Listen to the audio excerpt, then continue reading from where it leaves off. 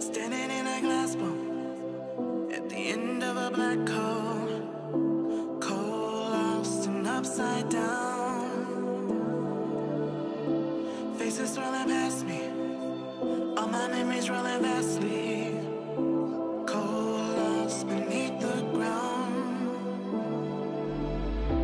All done by my own hand, I allow my feelings to become sand. If you're gonna cut me down, better do it quickly now, now. You can cut me down, but I won't stay for long. I'll grow back again, oh yeah, my roots are strong.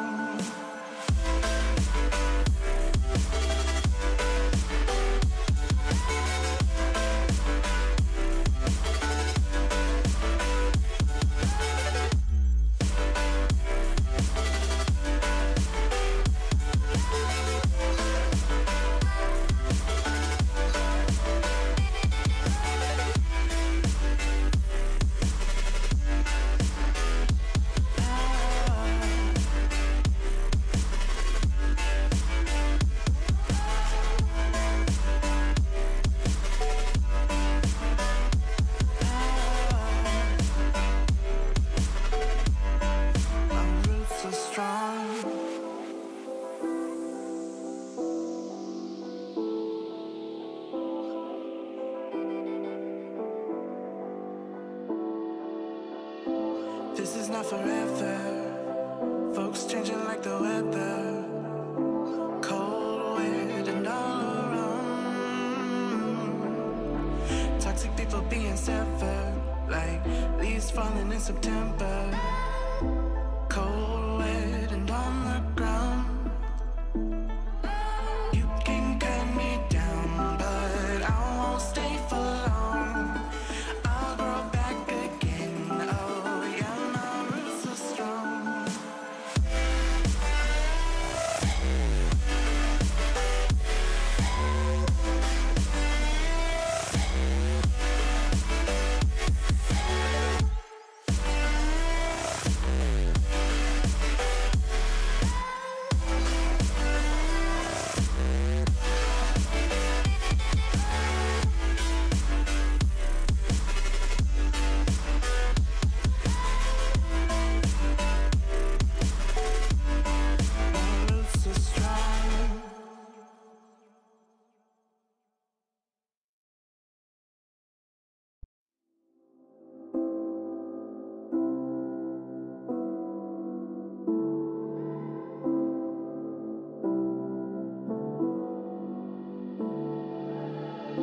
Standing in a glass bowl at the end of a black hole, cold, lost and upside down. Faces swirling past me, all my memories rolling vastly, cold, lost beneath the ground. All done by my own hand, I allow my feelings to become sand. If you're gonna cut me down, better do it quickly now, now. You can cut me down, but I won't stay for long. I'll grow back again, oh yeah, my roots are strong.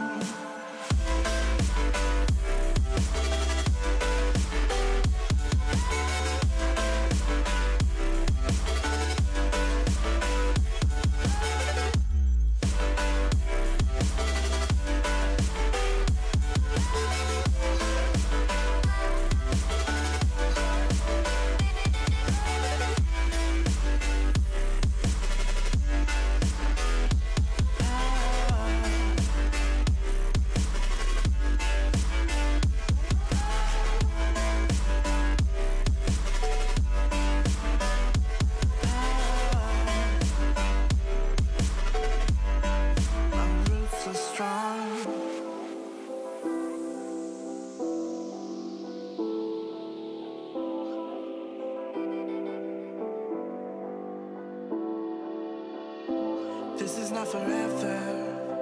Folks changing like the weather, cold, wet, and all around. Toxic people being severed, like leaves falling in September,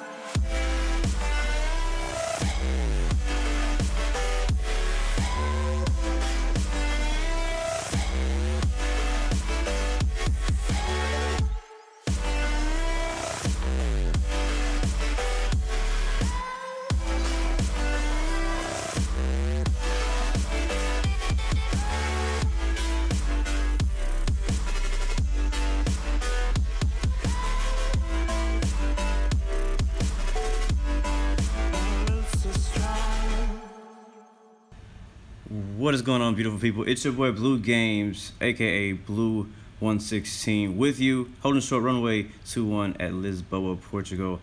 Let's go ahead and get started today. Welcome back to Infinite Flight, another daily live stream. And today we are on day 4 of our most dangerous airport tour. We're headed to Madeira today. But before we get started right now, I just wanted to kind of get up here to the runway, get the taxiing and stuff out of the way. But before we get started, let's go ahead and jump into our motivational quote of the day as usual before we get started with the flight. So I'm going to jump out of the app right quick. So no, we don't always get what we want, but consider this. There are people who will never have what you have right now. And I love this. It's a very humbling quote right here. Like I really love quotes like this because it really makes you reflect on yourself and think about, okay, what have I been complaining about? What have I been like lusting over? What have I been just like man, I want this so bad. I wish I had this thing that somebody else had. You know, like a lot of times we look at other people who we see as, you know, maybe doing better than we are just because from a distance it looks like they're doing better than we are. They have some of the things that we want, some of the things that we don't have yet, and things like that. But think about this. There's people who may be looking at you in the same way. You know, there's people who will never have what you have right now. There's people who will never be blessed with the things that you have. Maybe they'll never have maybe they'll never have a dad in the home. Maybe they'll never have a parent. Maybe they'll never have you know, the food quality that you have because maybe the part of the world they live in. Maybe they'll never be able to afford a certain type of thing because they don't have a job. Whatever it may be, there's people in the world who may never have what you have right now. So you have to take advantage of what you have right now. Don't worry about what other people are doing around you. I mean, yeah, you need to be motivated, inspired by what they're doing and the way that they're doing it and try to do that. But if you can't afford or you can't or you don't have the resources and the tools to do what they're doing, well, you know, you've been given tools to do also. You've been given tools also, so you got to work with what you have. And I feel this way a lot about a lot of things that I do with my work. You know, I've been working from home for the past year, and I have still yet to get my own computer, and I've really been very content with the computer that I have. I know that it can do a lot more if I had a better computer, but I'm just like, you know what? I know I can do what I do well with the current computer that I have, and so I'm not too worried about it. I'm very, like, you know, thankful for what I have and work with what I got right now, because sometimes you're just not going to be able to use and buy and grab some of the things that you want and you wish that you had. Like, man, my streams would be so much better if I had this, or my life would be so much better if I have this. Well, think about this. What can you do right now to make your life better? What can you do now to make your quality of life better? If you look at things more positive, things will be more positive. Like, basically, you know, if you look, positive thinking creates a positive lifestyle. No matter how tough your life is, if you look at it in a positive way, it's gonna be a whole lot better than if you look at it in a negative way. So anyway, one more time, no, we don't always get what we want. It's true, but consider this: there are people who will never have what you have right now. Now keep that in mind. So let's go ahead and jump back into Infinite Flight. I'm gonna swipe up on that, and hopefully nobody is inside of me because we did oh man, are you serious? Hold on. Sometimes it freezes up when I try to get back in the app. Okay, there we go. Because, you know, since I left the app, I basically disappeared from the airport. As you can see at the top right is a little red icon, so no one actually can see me online because the live server is not working. All right. Thank you for that new subscription. Nasino? I'm sorry, I don't know how to say I don't know how to say your name. But thank you and welcome to the Blue Arrow Global family. It seems like everything is working all right, except for it says live server is red, which is a problem. I would rather not take off if the live server is not working. And I don't know if it's because I left the app and came back. So let's try leaving the app again and coming back and see if that changes anything. Right now it says Blue Games connecting, as if it's not connected yet. I don't want to take off and end up flying the whole flight alone because I didn't want to connect. I'm hoping that I don't have to freaking close the app and open it back up. I've had to do that a few times, and I don't want to have to do that right now because it's just very inconvenient. And I'm gonna have to re-taxi all the way over here. And I mean, I already have my flight plan, all that stuff set up. I'm ready to take off. I'm ready to go. This live server is just not working. I have a feeling that the aircraft behind me is actually probably moving because it doesn't seem to be moving right now. Yeah, he's like sitting on the taxiway, which I'm pretty sure he's moving, but the server says it's not working. So I'm gonna have to restart. I don't want to. I really don't want to. Man, I'm gonna have to restart. Thank you, Infinite Flight, for making this horrible for me today. Well, we're gonna end the flight and try it again, sadly, which means I'm going to have to reconnect and all that good stuff. I may have to close the app completely. Hopefully I don't. All right, let's go. I'm gonna try to get closer to the runway this time. Let's start all the way over here. I may just take runway 17. It's a shorter taxi. All right, here we go again. I'm gonna try this one more time. But welcome, guys. Good to see you. Glad you were able to make it this morning. For me, it is morning. As you guys know, I stream in the morning, my local time. Yay, and everybody's taking off without me. Well, this is gonna set us back. I wanted to be one of the first airplane to take off, and now I'm going to be in the middle of everyone, so I'm going to have to recreate my flight plan again. I don't want to copy anybody else's, because I don't know if they copied mine. Let's see. Okay, actually, yeah, he copied mine, so I'll take that one. I will take that. Alright, that works. Alright, let's go ahead and push back. Get the engine started. No smoking signs on, seatbelt signs on, navigation lights on, beacon lights are on. Calibrating screen. Take a look outside. Our runway we're going to be taking off from is going to be over there where Air China 420 is. This is kind of a weird pushback spot. Like, where is the actual taxiway? Which way would I taxi to? Because right there you can see he's kind of in the way if I was going to taxi forward. I don't know. This is weird. This is kind of a weird setup for this airport. All right, engine starting, nose up. It's kind of a weird setup. I think that right there is a taxiway. It takes me over there behind Air Portugal 796, but I think he's in a parking spot. I don't know. This whole taxiway right here is really confusing because the runway I want to go to is over there where Air China 420 is, unless I decide to take 17, which is over there. It's my right wing. But I guess I just have to wait for this beeline 282 to kind of push back out of the way for us to taxi through where he is right now. I want it to be in the air already because it's expecting about an hour and a half flight today. I have about 3 hours of fuel on board, which is double what we need.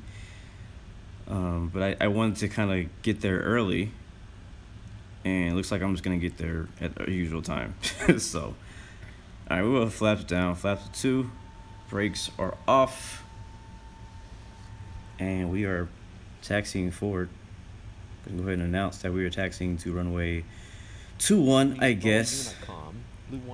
It sucks. It's actually the same thing kind of happened to me yesterday when we were flying. Thank you for that, ED1NG Russian. Thank you for that subscription. Welcome to the Blu Arrow Global family.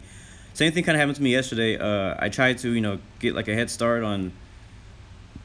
I guess maybe we'll taxi in front of this person. I think he's starting his engine, so we'll taxi in front of him. Yesterday I tried to get a head start, and I think I took off and everything. I had the plane on autopilot. I was in the sky before the stream even started, so that I could focus on getting the stream started and everything like that. And I accidentally swiped up, and if you have an iPhone, you know what that means. That means that I accidentally force quit the app myself. Air China 420, by the way, you can go ahead and leave, man. You don't have to wait for me. We'll go ahead and announce that we're going to cross. Ooh, no, wrong one. Send traffic. Cross runway 21. And if you guys notice, I do have a new voice as my ATC, as my Infinite Flight ATC voice now is a different voice than usual. It's a guy. It sounds a little weird at times. I'm gonna turn our landlines on here. Brakes. Let me I had Infinite Passenger on. I'm gonna cancel. I'm gonna restart, and we'll do this right here. So that should connect. There it is, and we just died. Yay. All right, so I don't know. It's just it doesn't like for you to be on the runway with your landing lights off. So you have to turn your landing lights on, even if you're just crossing the runway, in order to not get that penalty that it gives you.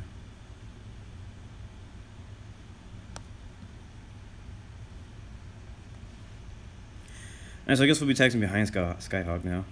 Skyhawk 16906.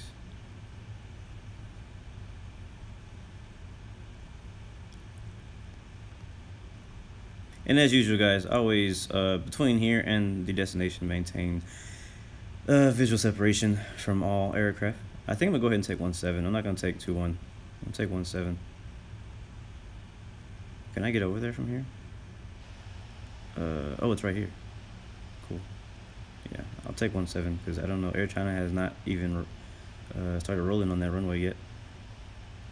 Hopefully you guys can hear me well. I can't hear myself.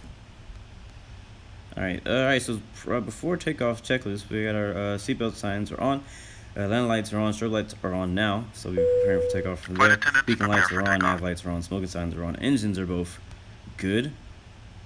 Brakes are set. Altitude set to 12,000 feet on the climb out. Flaps set for takeoff. That's gonna be flaps 2.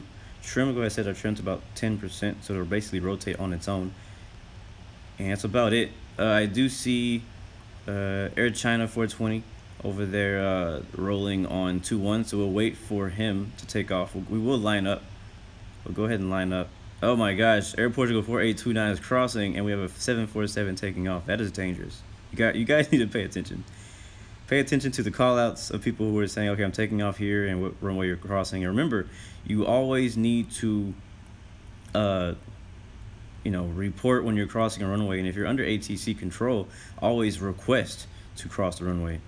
You can get a violation, not a violation, but you can get ghosted if the controller is in a bad mood. If he catches you crossing the runway without asking, he'll tell you that good old check tutorials. I was telling somebody the other day, I was like, I really hate when somebody tells me to check tutorials on the forum for ATC procedures. I was like, man, that's like the biggest thing, the worst thing ATC can tell you. All right, so we're gonna check to our left. Oops. Looks like runway 21 is clear. Yep, we'll go ahead and announce takeoff on runway 2. Oh, not on runway 17. We're gonna have to bank to the right on we climb out. We flying to the south, and we'll go ahead and spill up those engines. Calibrate, make sure that's good, and we'll release the parking brakes. We'll go just about full throttle. Do our best to keep it on the center line. We only have about a 2 knot wind. Winds are 107 at 2.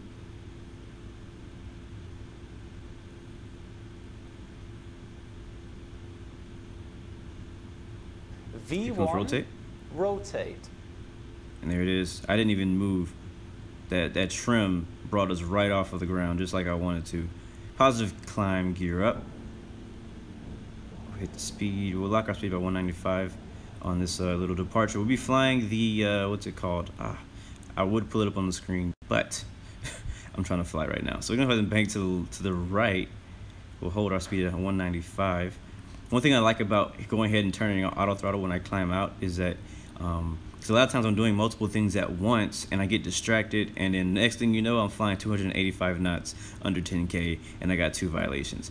So I'm so paranoid now that I usually don't even try to do throttle by myself. Once I get in the air, I go ahead and lock on the auto throttle button, or the speed button as most people recognize it as, and go ahead and let it basically handle the throttle for me so that I can worry about hand flying at the rest of it and stuff like that. So I don't know if I'm gonna be able to pull up our departure for you on the screen. Let me see if I can do that. I haven't done that in a while. Yeah, I can actually. So here it is. Yeah, so our departure right here from Lisbon, Portugal. As you can see, it actually has us coming off of runway 21, but I decided to take 17 instead, which is the one that crosses 21 right here. So we're just going to turn basically towards this Caparisa VOR right here, which is about a heading of 221. Actually, we're going to take the 221 radio outbound from that VOR and then fly towards GANSU. And there's no altitude restrictions. I don't see any altitude restrictions on this route, so we're just going to go ahead and continue to climb up to 12,000. You can go ahead and put those flaps up 1 notch. All right, we're not in a rush today. As far as the flight itself, I mean, we're gonna kind of do what we did yesterday. Enjoy the flight, and then once we get near the runway or near the airport, then we got to focus on making the challenging approach. Because again, guys, we are in the middle of a tour, day 4, most dangerous airports tour. This is one of the most dangerous airports in the world. I don't really think that it's the most dangerous airport on infinite flight, because a few of the reasons that this airport, Madeira, by the way, is so dangerous is because of how closely it gets to civilization. Now, first off, you're pretty close to the water also, which also makes it very dangerous. The runway has a very steep drop-off right at the threshold, and then your wings are going to get pretty close to a lot of houses and businesses right on the left side as you turn in, especially with the approach that we're going to be taking in there. So you could obviously always take a lot easier of an approach to this airport, but I want to do a specific one that is a little bit more challenging and is even more dangerous than just flying straight in. So we won't be using any approach mode today. We won't be using any ILSs or navigation to get us in there. Once we get in around the airspace, we'll basically be flying it by hand the rest of the way. We're passing, we're just about past 8,000 for 12,000 feet, climbing on our departure out of Lisboa, Lisbon, Portugal. It's been a while since we flew in Lisbon, Portugal, flying as the with the Portugal Airlines livery today. It's a pretty cool livery. I don't think I've flown this livery before. Say goodbye to Portugal. I have been here in real life one time. I'm gonna go ahead and lock my altitude so I can actually enjoy the view. Also gonna go ahead and turn on nav mode. There we go. We'll increase our climbing speed. There it is. So we're at 210 knots indicated. Climbing at about 2,000 vertical speed. So yeah, I've been here once before. We flew here.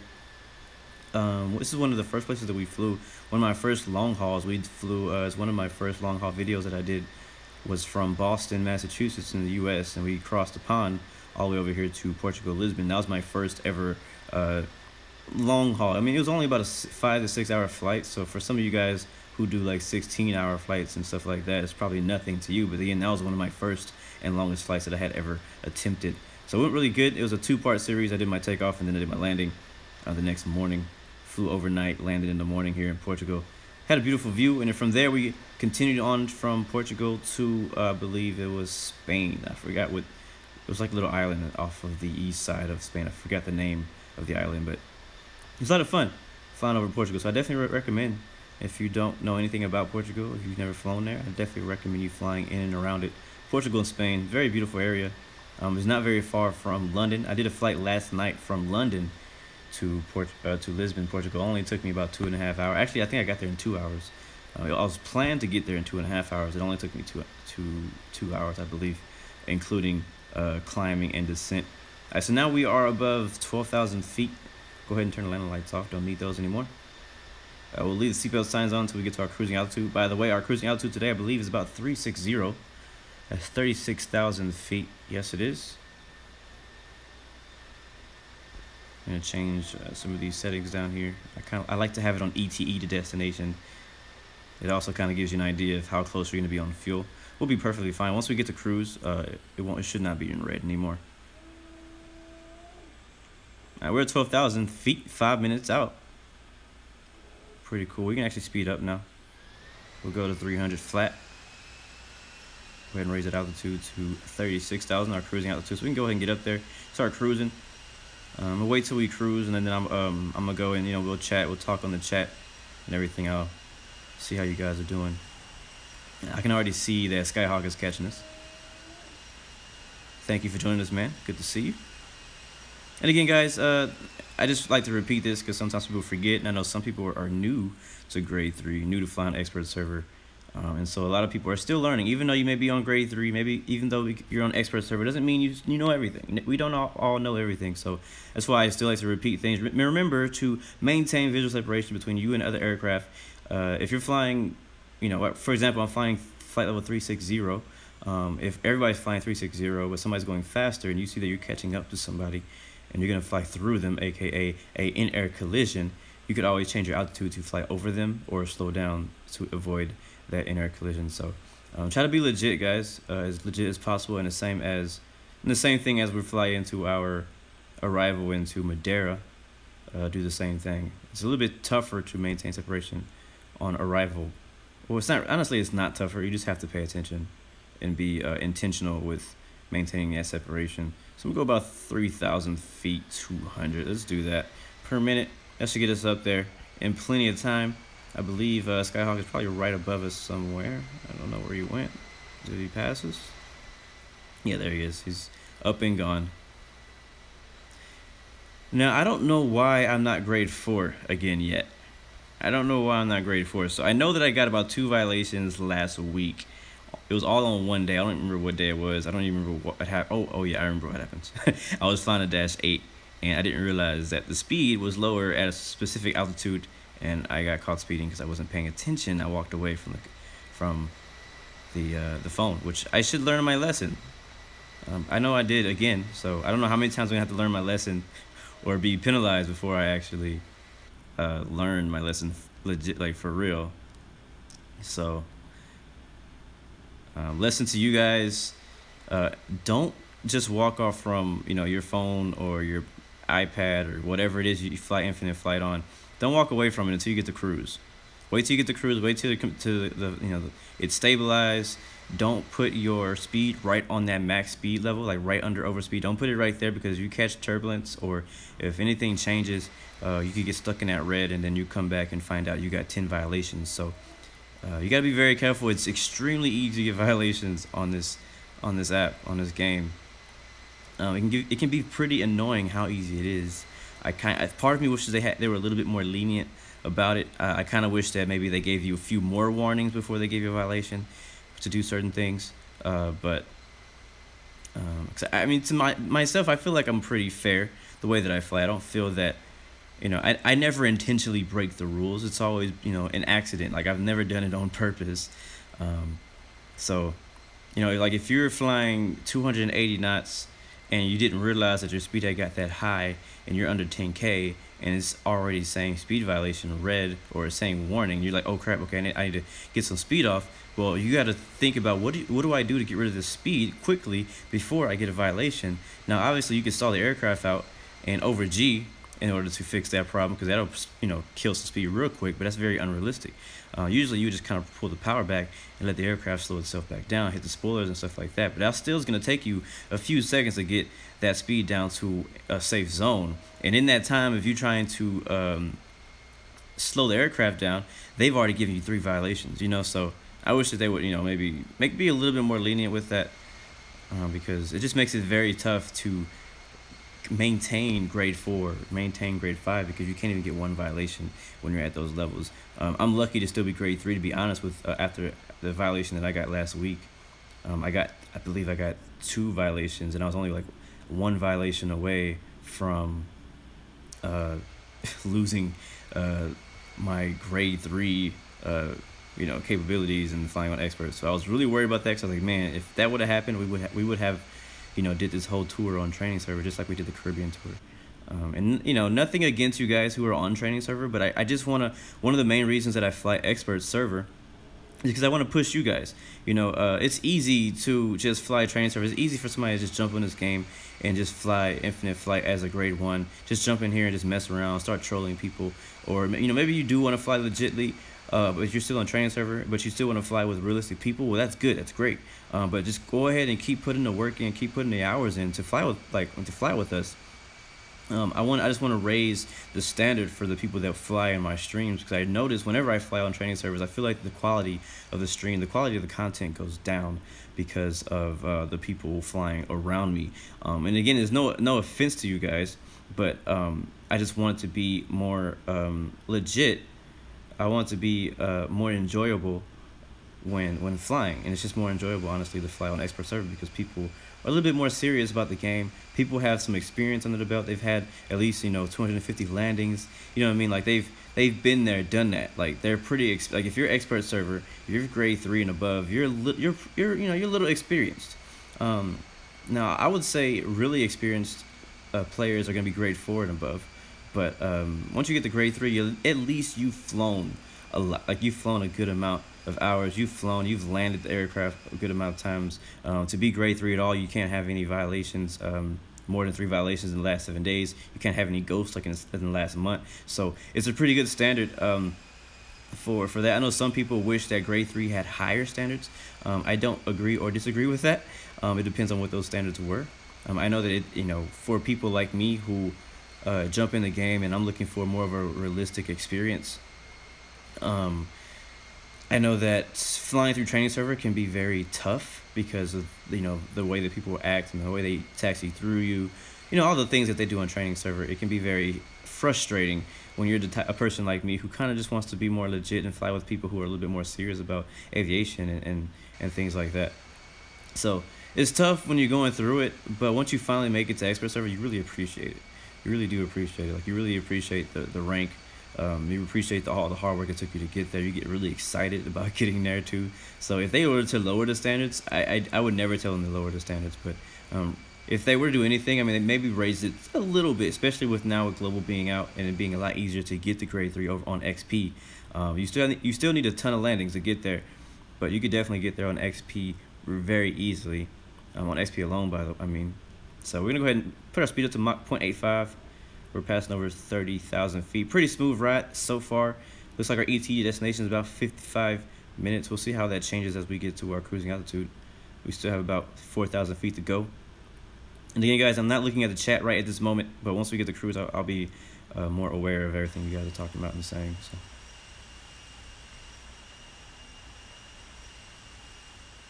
But yeah, but that's my explanation for flying expert server. Honestly, I enjoy it myself more, and I just want people to be more serious about aviation.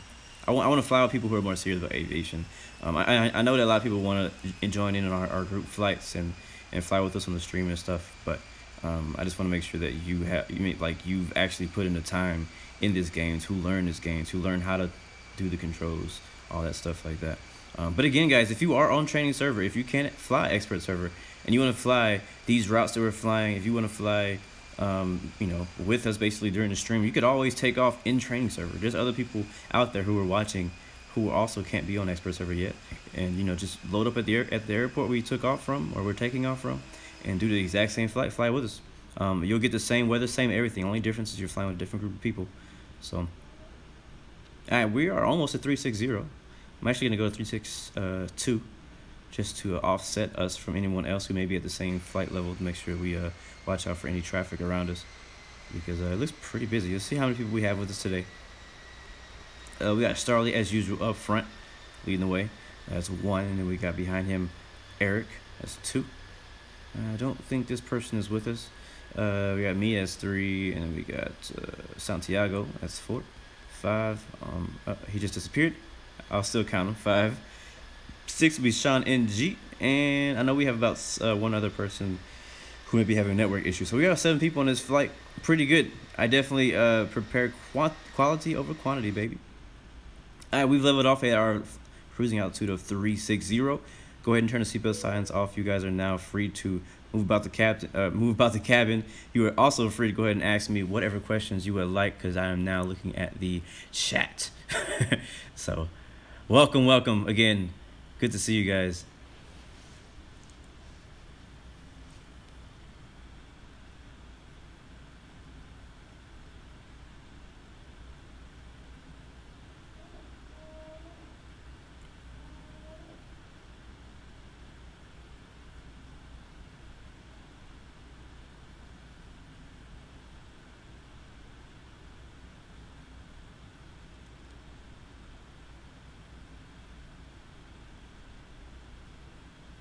What's going on, Ferris? Chia, Gaming Swar, walking through Dutch Wings. Yeah, man, Dutch Wings. Are you talking about the Streamlabs donation is not working? Because I thought I fixed it. I linked it to my PayPal, but maybe not. I thought that I did. I went through it, because when you mentioned that, I was like, that's a good point. Let me go and see what I can do to fix that. So I thought that I linked it to my PayPal account to be able to get donations through my Streamlabs URL. But again, if you can't, it's the same. If you do it through YouTube, if you do it either as Super Chat or next to the emoji button, or if you do the sponsors. So appreciate that, man. I really appreciate the support, man.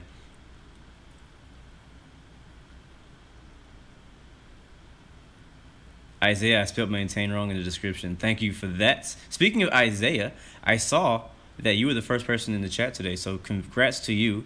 You have been upgraded to first class, my friend. What does that mean? That doesn't mean anything right now, really.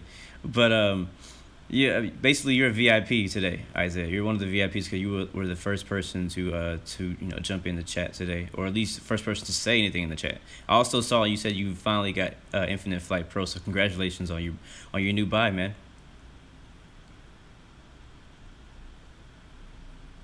Sounds good, Cedric. Thank you for doing your best to maintain a good amount of separation into Madeira. What's going on, Haki Hadid?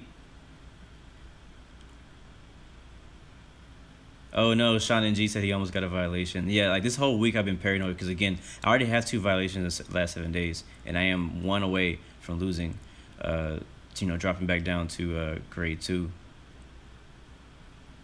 What's going on, Santiago? Yes, sir. I see you behind me. Welcome back, my friend. Good. I'm glad to see you on board.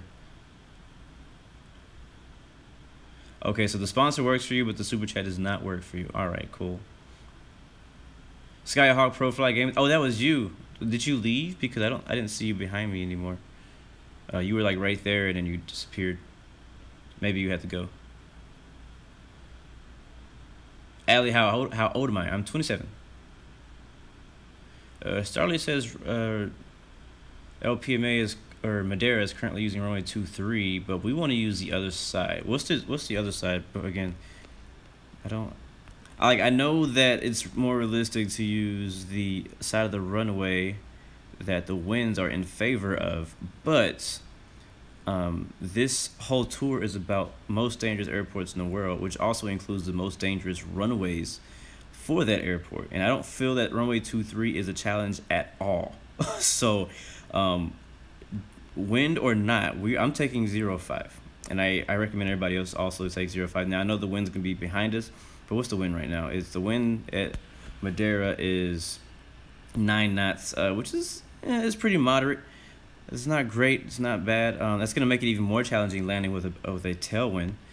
Be a little bit tougher harder to stop. So I'm gonna go ahead and I'm still gonna plan runway 05, especially since there's no ATC there.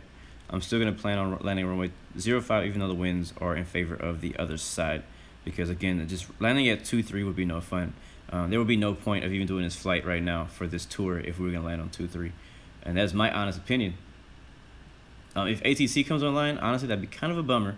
I mean, it'd be good, it'd be great. If it was somebody I knew, he could definitely, change that and be like, hey, it's gonna be runway 05 for blue. But if I don't know who it is, then I won't have any control over what runway he chooses. What's going on, Infinite Flight Streams? Good to see you, man. Well, you can only be ATC if you are on, I believe, IFATC, because you'd have to have the credentials to do ATC on expert server. Infinite Flight Streams, watching from school, pretty dope, man. Cedric, oh, you're Air Portugal 4829er. Okay, cool. All right, so you are with us. Okay, I didn't know if you were flying with us or not because you were kind of like on a different flight plan. And also, I thought I saw you at the airport before the stream started, and I thought you were just another Air Portugal plane. I mean, it's definitely always possible to find somebody flying Air Portugal into or out of Lisbon, so it's not uncommon to see that. So I thought maybe you were just somebody out there. My bad. Didn't recognize your call sign.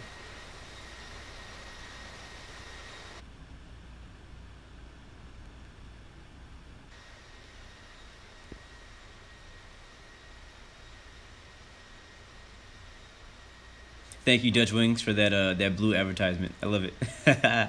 Nice.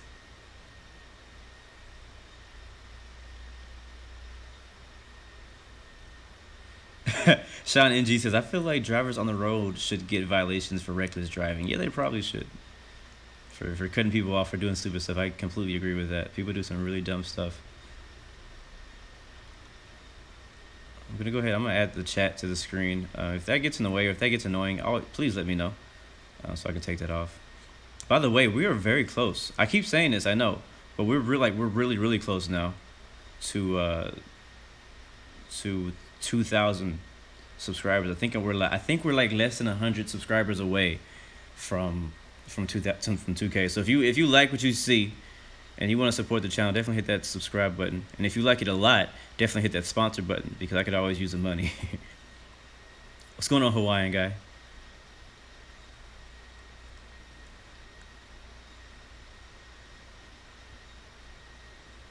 Isaiah, I prefer Boeing. Starly, you want me to copy your flight plan? What is different in yours? I made mine with SimBrief. It looks like you're flying a lot of the same direction, but I assume you probably have like the arrival attached to your flight plan. Cause I don't have it yet. I haven't added it. A lot of times in order to save time on the ground, I go ahead and take off without, including my arrival. Also, the winds a lot of times they change. So today I don't care about the winds. We're just gonna land runway 05. So nice. Walking Fruit says we're less than 70 subscribers away. Yes, and Discord server is in the description.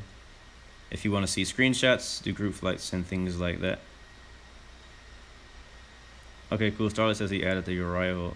Arrival for 05 or for 23? It's true. Like for most people who are from America, they probably prefer Boeing, and people who are from Europe or anywhere else, a lot of times they prefer Airbus, because in the U.S., Boeing is the more common aircraft that you'll see over an Airbus. That's just how it is. Like the most common aircraft you're gonna see is a Boeing 737, 7, 8, or 900 flying in the U.S. Depending on where you live in the U.S. By the way, if you live around the major airports, you'll see a 737. If you live at a regional airport, you'll still see a 737. You'll probably see a lot of MD-11 stuff like that. It's not MD-11. What's it called? Like the regional aircraft. You'll see Embraers around the northern area, like Canada, stuff like that. You'll see Embraers. So that's probably the reason why I like Boeing so much, is because I grew up around Boeing, because I'm so used to seeing Boeing. I always fly Boeing. So I think the main airline in America that flies Airbuses are actually American Airlines. Outside of that, there's United, there's Delta, and they both fly a lot of Boeing aircraft, the whole series of Boeing aircraft. American also flies the Boeings, but apparently they have the most Airbuses of any airline in the world, apparently. Yes, we have American Airbuses too. Basically, every American airline has, you know what I'm saying, like United, Delta, like all of the airlines all fly with Airbus as an option, depending on the route and I guess fuel efficiency and stuff like that. Except for a lot of the, well, I can't say except. There's a few, like Southwest does not fly any Airbuses. Spirit, which is also a budget airline, they do fly Airbus and they don't fly Boeing. So, it's kind of, it goes both ways. Hot Dutch Wing. If it ain't Boeing, I ain't going. I like it. Yeah, Santiago and Schiphol and Amsterdam, they use a lot of Airbuses. Again, guys, in Europe, it's like Airbus is like the dominant thing to fly in Europe. And again, I feel like a lot of times you guys forget that I'm from the U.S. Because usually the people who watch my streams are from Europe because of the time that I do it. But I know some of you guys who watch the replays, who watch from America, could definitely agree with me that here you mostly see Boeings. I mean, think about this too. Airbus's main factory is in Europe. Boeing's main place is in the United States. So it makes sense that it is that way.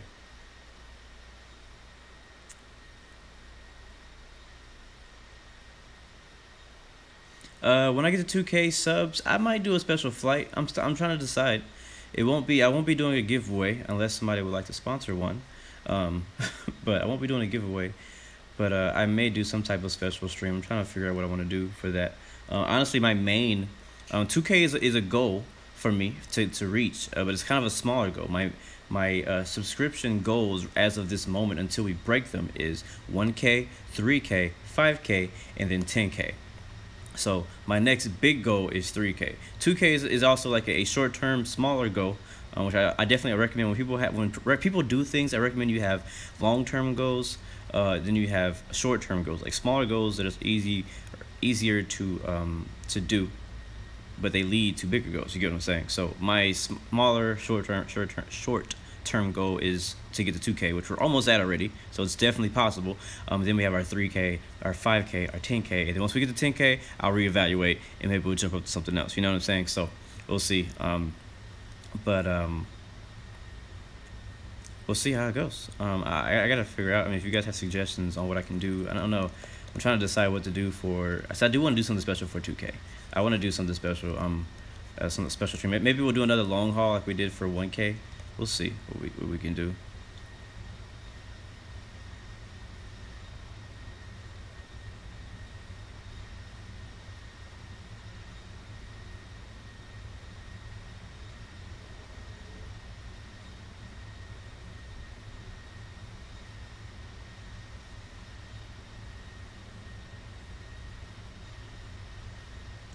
Alright, Starley says he added the arrival to runway 05 into his flight plan, so that saves me some time. So yeah, we'll go ahead and copy that. But first, we how far? Alright, we're 5 minutes from our next waypoint. I'm not sure what waypoints exactly you have, so I'll wait till we pass this next waypoint before I change and copy yours. We still have plenty of time to copy it. Speaking of that, let's go ahead and just kind of talk about our arrival real quick. I know we have a ways out to go. I kind of just want to talk about what we're going to expect in Madeira, at least as far as what I am expecting in Madeira.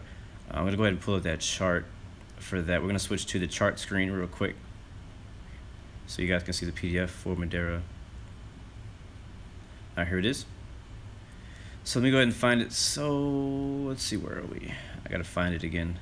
Is this Madeira? Yeah, this is Madeira. First, we want to find, let's go ahead and find the airport diagram first, which I think is going to be towards the bottom.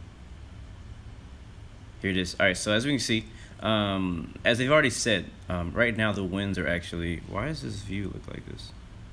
Okay, there we go. It's, yeah, let's stay in it. We're going to stay in the cockpit for now. Cruising at 0.85, cool, that works, that's all good. And we turn off this stuff. We got 4 minutes until we get past that next waypoint, then we'll copy his flight plan. So again, flying into Lima Papa, Mike Alpha, the winds right now are in favor of 2-3 because the winds are 190 at 9 knots. Visibility is 21 statute miles. So as you can see on the chart right here, we have 2-3 up here and we have 0-5 here. Again, 2-3 is not really a challenge because we would just fly straight into 2-3. There's not really any terrain to worry about, anything like that. Now, doing 0-5, there is terrain to worry about. As you can see, there's kind of like this, there's just a tiny bit of land right before you get to the runway, but for the most part, this is a huge drop off right here, and we have a lot of civilization, a lot of neighborhoods, a lot of houses, stuff all the way out here in this area that we're gonna fly right over just to get on the runway, right over the threshold. But let's go ahead and look at the arrival that I want to fly in. I believe it's the 0-5 visual approach. All right, those are SIDs. We're looking for, it might be towards the bottom. Yeah, it is. Here it is. This is what we want to do. The Madeira, well, maybe not the NDB. Let's do the VOR approach. Let's do the VOR one. There's a VOR approach here somewhere. Is this the one we want? What is this? Oh, here's the VOR approach. Runway 05. Here is the, which one is this one? I think this is the same thing.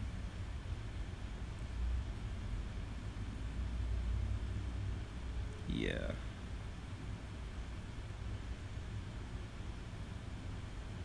So these are just in color, which is cool. I like how this I like how this chart looks.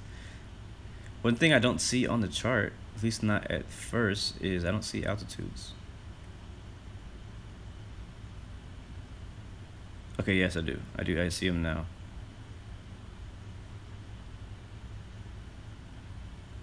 Yeah, so if you look at this chart right here, we're going to intercept the, I believe it's the it's the Madeira VOR out here. Dang it, I keep scrolling up too far. Or too, yeah, it is. So right here at the top is VOR, is the, what I say to keep, the Madeira VOR, and then we'll fly from there at a heading of 212. Basically a right downwind for runway 05, if you want to think about it in a simple way, towards this DME right here, and then continue 212 until we get to this DME right here, perpendicular to a Gello, or Gello, however you say that. And then we're gonna make that right turn, and this is what makes it dangerous because you're already low right here. You're like at 1,000, about 2,000 feet or so already right here, and you're gonna make this turn right over the water, just over the land, just barely clearing the land right here, watching out for telephone poles, all kind of stuff like that in real life. Now here in infinite flight, we won't have to worry about any 3D objects taking our wing off, but it'll still seem pretty low And we'll make that turn right over the highway, and we'll take the highway in right over to 05, and then get to stop before we get to 23. If you do not stop at 23, you will go off the runway back into the water right here. Now this approach is a little bit challenging because it kind of you have to watch your speed. You have to basically be in landing configuration in this entire turn. So that's gonna be a challenge for me personally, being able to, you know, have the aircraft in landing configuration without being able to see the runway, because I'm gonna be facing away from it, and such a tight turn, such a tight approach in there, and being so low to the ground the entire way. And again, guys, we're gonna need a lot of separation because this is a back taxi type of runway. As you know, there may be some space off to the right. It won't be a taxiway, but there may be some space off to the right if you need to get in the grass to get out of the way of another aircraft. But this is a back taxi type of runway, so you're gonna have to back taxi from 23 and get back to the taxiway to get to the terminal. And I'm not sure where the drop off is. I know that there's not much room on the right side of the runway over here on the east side of the airport to, like, if you wanted to actually taxi off, like kind of like we've been doing at these other places, kind of getting off of the runway, but we're still, you know, at the airport, stuff like that. So we'll see how that goes, but that's basically what we're gonna try to do. We're probably gonna go ahead and do the VOR approach. I mean, it's basically the same as what we saw earlier up here. It's basically the same chart as this right here. This one's just called the NDB because it uses this NDB right here. So that's what we're gonna do.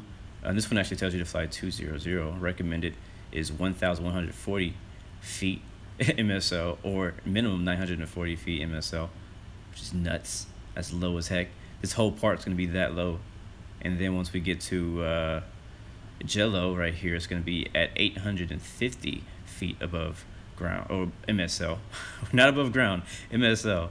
And then Rosario, we're gonna be at 460 feet, and that's gonna be our final approach right there, 460. We'll go ahead and land it on 23. So again, it's a pretty straightforward landing if you were to fly straight into 23, or if you were to go real wide and fly straight into 05. But we're gonna attempt to do this exact approach. So that's gonna be our landing briefing.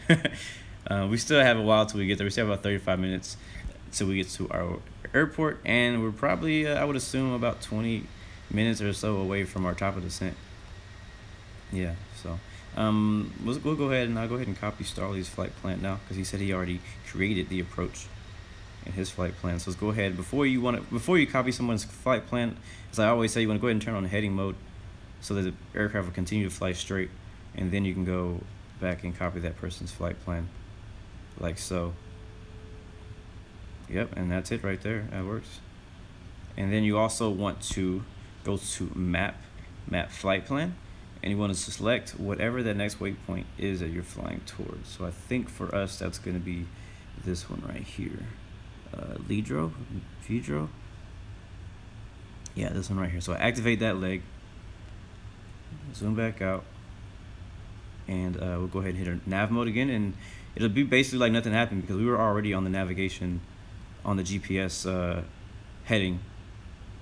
We were just changing a few things about our flight plan. So let's take a look at what did he actually add. So he added the approach. Yes, I may do a little bit different, because again, as you look on the chart, it actually takes you at the VOR. The VOR is over here. The Madeira VOR is over here. He has us kind of going a lot wider of an approach. So I think I'm probably going to do the VOR approach instead. So I may still end up re-amending this flight plan to my own liking. But I think for the rest of you guys, if you like to fly this, I think this is perfectly fine. This is a good approach to fly in. This is very similar. It's a lot wider than the chart that I had up a second ago. So if you are a little intimidated maybe by the approach, and maybe you want to try something a little bit easier, you may want to do this exactly how it is right here. So speaking of that, the airport elevation is probably like sea level, I assume. Yeah, it's about 189 feet. And when do we need to descend? That's the next thing we need to think about, is descending.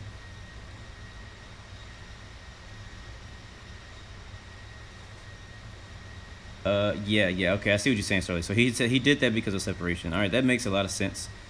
We will need separation. Again, guys, it's been a struggle all week to handle separation because of these small aircraft, these small spaces. Yesterday we were flying between mountains, so it's very tough. Like, you need a ton of separation when you're flying in the mountains before you can get to the mountains, because once you get in there, you don't have as much control over what speed you go, over how much area you're taking up. So you want to go ahead, even before your top of descent, create at least, I would say, 10 to 15, no, let's do like 12 to 15, even 20 miles of separation between each other. I don't even know what the separation is between the guy in front of me. Eric, we're at about, let's see, what's he going to say? He's 26 miles ahead of me. The guy behind me is Santiago. He is, what is it? 19. So that's good. The separation between the way we are right now is perfect. That is perfect. And then to my right, he's 20 miles out there. So that's good. The separation right now is perfect. I would definitely recommend about 15 probably. You know what? I changed that. 15 to 20 miles of separation on this specific approach, because again, not only does the person ahead of you have to land, but he also has to back taxi. I'm very interested to see if this guy ahead of me in the Air China 420, how it's going to go for him. I think if he takes the wide approach, he'll be able to land a 747 like nothing at this airport. There's plenty of runway here. It's not that bad. There's plenty of runway here. As long as you don't land halfway down the runway, there's plenty of runway to be used. So, and I have a feeling I'm going to be using every bit of it. So let's start thinking about descending. Again, we know that we want to be at, it's going to be like 1,000 on that right downwind leg of this approach for the VOR. So looking at the chart again, where do we want to be? You'll start kind of, I kind of like to count backwards. It's kind of what I do whenever I'm trying to decide what my altitudes are going to be. We can already see somebody, Malaysian 8. I know he is actually with us. He's landing at 2-3. So, and as I say every day, don't spawn there. So, he's landing at 2-3. So again, I recommend 0.5. So what was I gonna say? Okay, so count backwards. So we know we want to be at 1,000. Probably just let's round up. Let's say 1,200. Around here. MA 649. If you're gonna take that route, I'm probably gonna try the tighter one, which is gonna probably bring us. Let's see, looking at. I don't think that exact waypoint is gonna be on the map. So, is it that one? That's really close. That can't be it. That can't be it. The VOR is here, so we'll fly into the VOR. Actually, the VOR would need to be about 1,000. So, it's probably expect about 2,000 to 3,000 feet. And I know 3,000 sounds double what is there, but again, it says recommended, and it's gonna be, no, let's just do 2,000 max. We'll do 2,000 max when we get to this VOR. And now if we decide to go this route, we'll do 2,000 when we get to D Delta 08. Is that S or 5? 5 Sierra, yeah. So 2,000 there. We'll count backwards. So we want to be, wow, we're closer than we thought. 2,000 there, which means that it'll put us, how far is this next waypoint? That's 55 miles between those two, which is about 7 minutes at our current speed. Let's say 8,000 at LIDRO, which means right now we need to descend at what? Oh god, low battery. I didn't realize I wasn't charging. Dang. I forgot to plug my charger in. Alright, that's plugged in now. Hopefully, sometimes it doesn't actually charge as fast as it dies. So right now we're 20 minutes out. Let's go ahead and check and see what is our distance to next. 157 miles. So we're descending from 360 to 8,000. So I'm gonna go ahead and calculate that up to find out when I need to descend. I kind of apologize, guys. I have not been looking at the chat that much since we took off. I've been looking at charts a lot, explaining the charts, explaining our approach, explaining what's all is going on. But I'm gonna try to hop back in here and talk and pay attention to what you guys are saying a little bit more. All right, so we'll see. 100 miles out, we could descend at about 2,000 feet per minute to get down to 8,000 just in time at 280 knots indicated airspeed. So we'll try that. We may try a little bit sooner. We'll probably try at about we'll try about 120 miles out from our next waypoint, not from destination, from our next waypoint. That'll put us at 1,600. That's a lot better. With a descent profile, I'm more comfortable with that.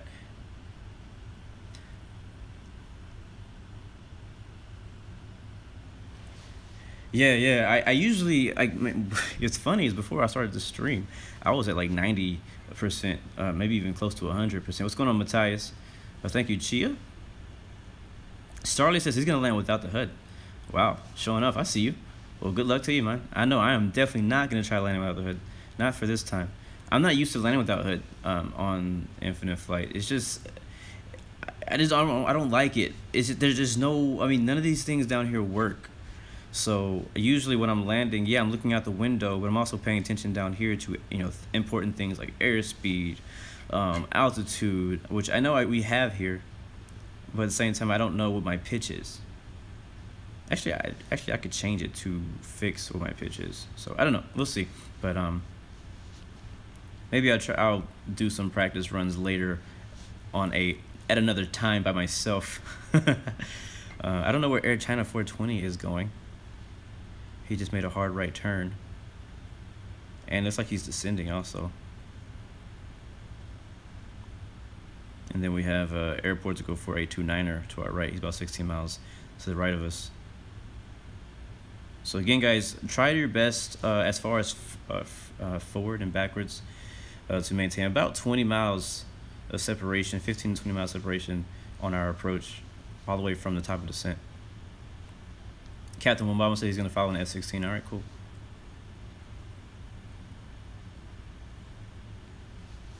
It's all good, Dutch Wings. I know that, it's busy. You're busy. I'm not gonna trip about that. Isaiah says 8 landings away from rank 2. Well, good luck to you, my friend. I know you just got started too, so it doesn't take very long to get to grade 2. So definitely keep putting in those landings and everything. Geo Aviation says I'm going too fast. Yeah, I don't really care today about realistic cruising speeds. But thank you for that heads up. That is pretty funny. 76 landings and 40 takeoffs. You need to fix that. You need to fix that ratio. Hawaiian guy says he's taking off at LPPS to join us. All right, cool. Well, if any of you guys decide to join us mid-flight, that's completely acceptable. That's all good. That's cool. Just again, maintain about 15 to 20 mile separation between anybody. So if you end up joining up, just do your best to maintain some separation from the rest of us. Yeah, so Air China is descending a lot earlier. I mean, maybe I'm sure that'll work for him just fine, but he's descending a lot earlier than I was expecting anybody to descend. Starly is so far ahead of us we can't even see him on my screen, except for on the map. It's just a tiny bit. No, Geo, I'm not descending until about 110 miles to our next waypoint, so we're good. We are good. I try not to descend too early. A lot of times I overcompensate and I get paranoid, like, oh my god, I'm only 30 minutes from my destination. I need to start descending, and like you start looking at the map and you look like, oh my god, I'm so close to my destination. I need to start descending, but I use a descent calculator to descend how far out I can descend and make it to the altitude that I want to be, and it's telling me that I can descend even 100 miles out from the next waypoint and still get to my and still get there when I want to be there, below 2,000 feet per minute descent rate.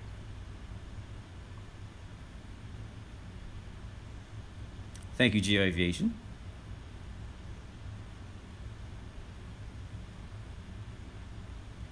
Yeah, I would say a good ratio for takeoff to landings should be pretty close. It doesn't have to be like right neck. Like you shouldn't. I wouldn't say like 70 to 60 ratio or maybe more like 70 to 50 ratio, because I know even for my for example for myself, there's times when I take off in a jet, I go exploring, but I don't feel like landing, or I don't have time to land. And so that's a lot of times when you'll see for me in my stats where I don't have landings, I have more takeoffs than landings, because not that I crashed, just because I went exploring, I didn't feel like landing. So basically that's what happened. Skyhawk, I'll check Discord after the stream. The name of the descent calculator is basically, you just need to Google descent calculator. That's all I did. Alright, let's go ahead and start descending now. We're going to be descending down to 8,000 feet. And we're descending at a rate of, we should be able to make it about 1,000, 300 feet per minute or so. Let's see, I always forget what it is. Whenever you're descending, you definitely want to watch. Oh, it's 1,600 feet per minute. Should get us to the next waypoint just in the right amount of time.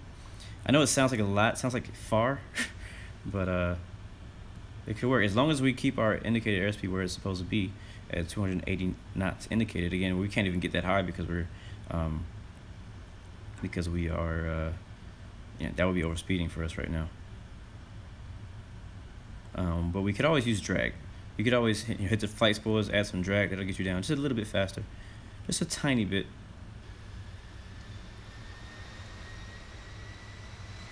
But a lot of times when I think I'm not gonna make it, I end up making it, like right in time. All right, we don't have eyes on Madeira yet. Starley says he sees it, but he's again way ahead of us. I see Hawaiian guy headed our way. Again, guys, I'll repeat again: 20 miles of separation, front and back. And if somebody's right beside you, you need to decide to either be in front or back of them. And look at the ground speed. So right now, I've closed the gap big time for Air China 420. He's 20 miles to my right, but I wouldn't say he's 20 miles ahead of me. He's just 20 miles to my right. So when we get close to the runway, it's probably going to be an issue because we're going to be kind of coming into sync. So I got to watch out for him. I still don't know what he was doing. He just turned a hard right all of a sudden. So I gained on him. But yeah, I don't know what happened there.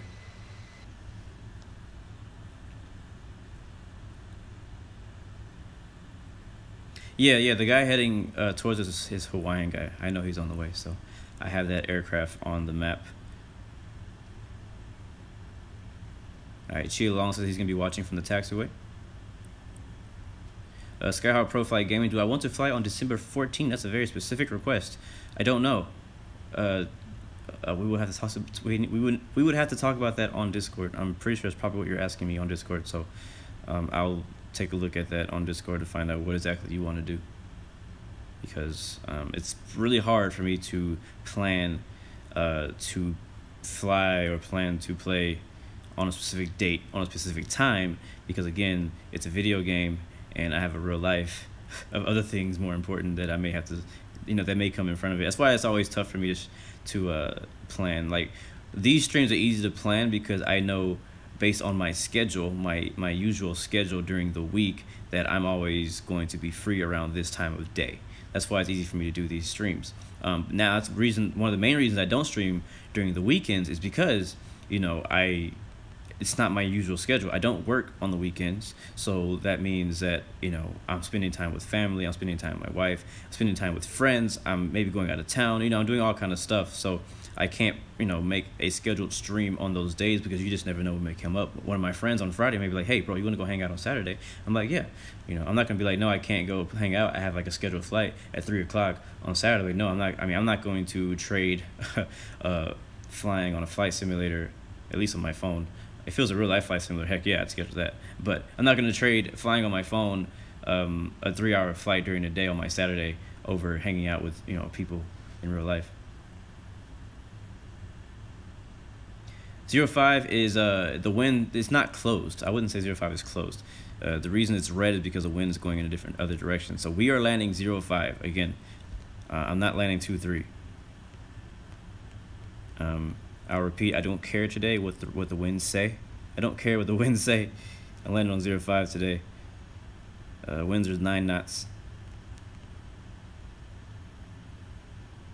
I know usually I would land into the wind, but because the whole purpose of this whole flight is to land on 05, I'm not going to change that. We have I don't know what kind of, we have a jet coming up behind. What kind of jet is it? F-16.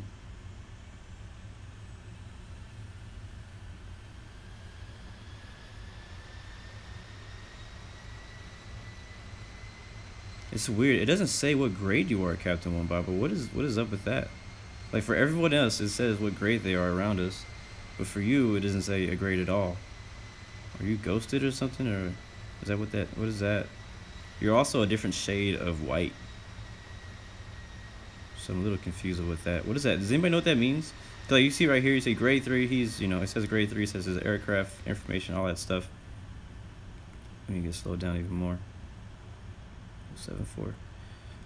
But for him, it's like a grayer name. Like, I don't know what's up with that. No, grade 4 is green.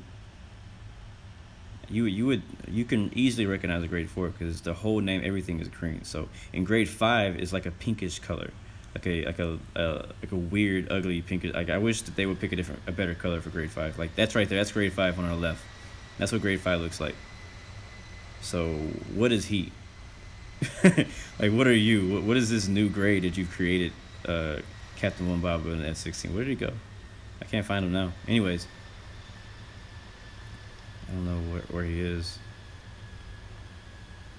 Is this him? That's Hawaiian guy. Oh, he's right here. Let's see what it says. It doesn't even give me any information. Okay, it does. Okay, here it is. Maybe it was loading. It's still okay. He's grade 4. It does say grade 4. Then why is it grade? Wow, 177 violations. That's a lot of violations, bro. That is a lot of violations. I don't know how many I have, but that is a lot of violations. 442 hours of flight, and I'm stalking you now. I don't know. Well, he is grade 4, but I just don't know why he's gray. I wonder what that means. I wonder what that means. All right, we're gonna go 280 knots. That's what our planned descent speed is.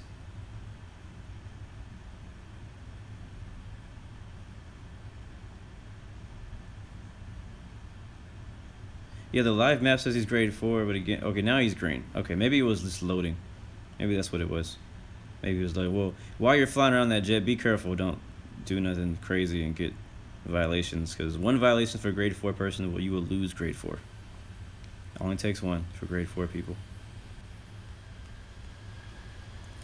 I've seen people in streams do a bunch of crazy, you know, jet stuff and, you know, whatever, and then they lose their they lose their grade right in the middle of the flight.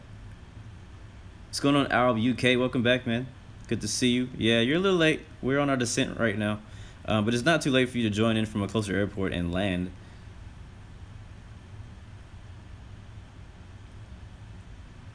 All right, we're 52 miles out and passing 24,000 feet. We're gonna do a recalculation, make sure we're still doing all right. 50 miles out at 23,000 feet, still descending for 8,000. Yeah, so we need to bring our descent rate down a little bit more to 1,900. It's a good one. It's a good thing to do whenever, like when you first make your calculations for your descent. It's good to recalculate maybe about halfway down, because a lot of times your calculator does not, it doesn't account for winds and stuff like that. So it's good to recalculate again, especially once you get, like if you're in the Mach speeds, when you get down below that, you know, like 240, 250, 280, 18, even at 18,000 feet is a good time to check or recalculate your descent plan. I have 42 violations. Yay. That's a lot more than I would expect. I know my spoiler's on. I'm just getting drag. I'm not trying to slow down. I'm just trying to get drag.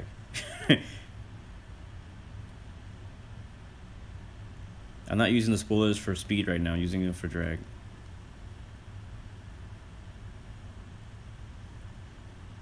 Wow, you need 4,000 XP to get to expert server. When people say that, I'm like, that sounds like a lot. But for anybody who's here with us right now, we've all done that. And not like bragging, saying, hey, it's easy, but I'm just saying, like, whenever you're a grade 1 or grade 2 and you're not on expert server yet, you're not grade 3 yet, and you're looking at how long it takes you to get there, it looks like you'll never get there. It looks like you would never get to that much XP, that many landings, but eventually you will. And my story was how I got to grade 3. Technically I'm grade 4, but I have 2 violations I need to get rid of. I just, you know, I at first I was like, yeah, I want to hurry up and get to grade 3. But after a while I was like, you know what, I'm not going to rush it, because I don't want to be on grade 3. I don't want to be on expert server and be that one pilot who ATC is always telling, go check the forums with instructions on how to talk to ATC. Go, you know, I don't want to be that person who's like not doing the right things. I want to actually learn while in training server. That's what training server is for. That's why it's called training server, because you're there to learn so that when you get to expert server, you can consider yourself an expert when you get there. Not just because you want to fly more, you know, professional, realistic people. Yeah, it's great, but you also want to actually learn something while in training server. Learn about your aircraft. Learn about your favorite plane so that when you go landing in expert server, you don't make a fool of yourself, bouncing it on the runway, floating on the runway, falling off the runway, whatever that may be. You know, stopping before the whole short line, which is a huge no-no. A lot of people still do that on expert server because they just don't know. But a lot of these small mistakes that you just shouldn't do on expert server, you should have already figured out before you got there. You know, I know that training server is a lot less legit when it comes to ATC and people around you, but that doesn't change the fact that you yourself can still hold yourself to a higher standard even when you're on training server, to have a higher standard than other people flying on training server. Because there's some people on training server who are just casual flyers.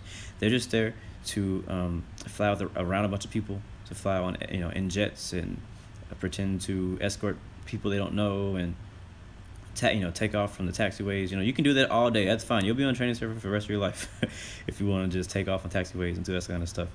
But if you really want to like enjoy infinite flight, I feel like if you want to enjoy infinite flight and its potential, expert server is the way to go. Get your flight hours in, get your landings in, get your practice in, and go expert server. I always promote expert server.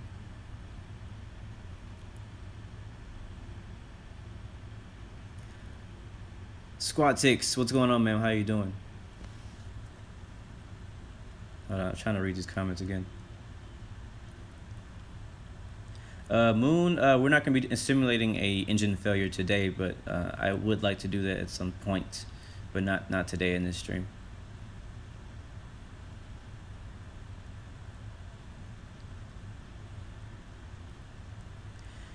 Yeah, if you do a 15-hour flight or 18-hour flight, those long flights, you'll get a ton of XP. I mean, if you do a 3-hour flight, you get about 1,500-ish XP just for that. So, you know, multiply 3 hours times 5 or whatever, and you get a good amount of XP.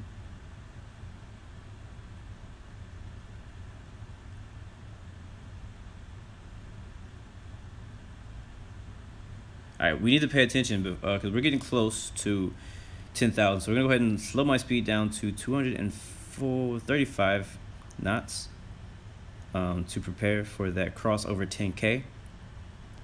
Now I want to warn everyone around me, especially the people behind me. We only have about 10, almost 15 miles. I think I see Madeira ahead of us now. You can just barely see the silhouette of it. But separation ahead of me is gonna get a little bit better.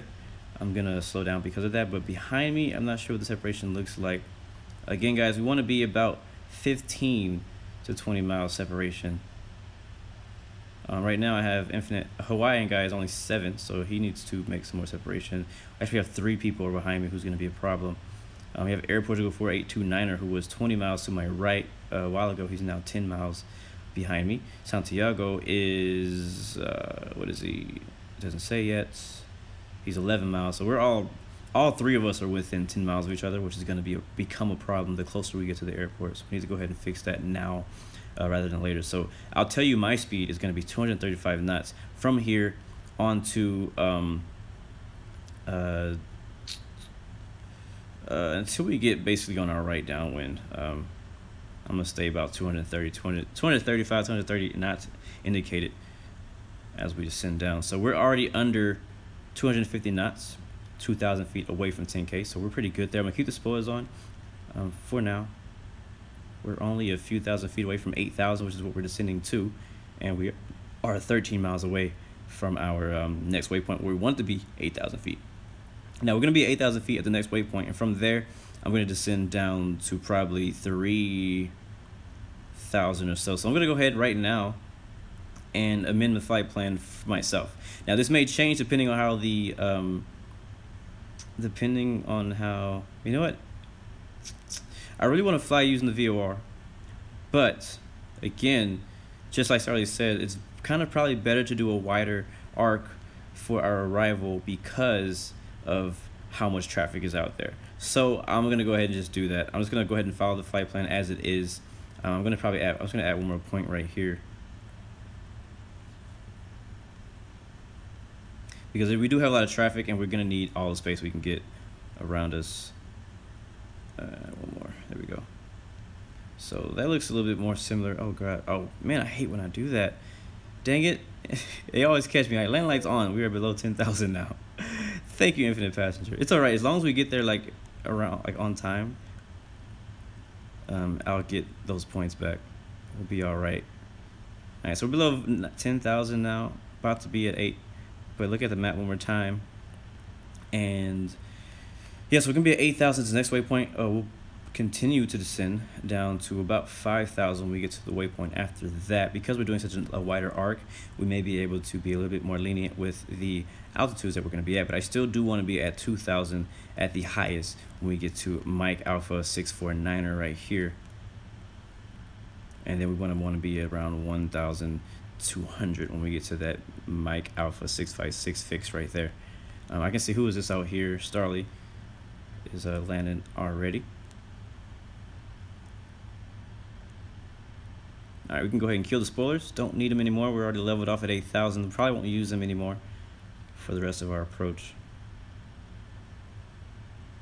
Separation ahead of me looks, what is it now? 22. Okay, he's way ahead of me.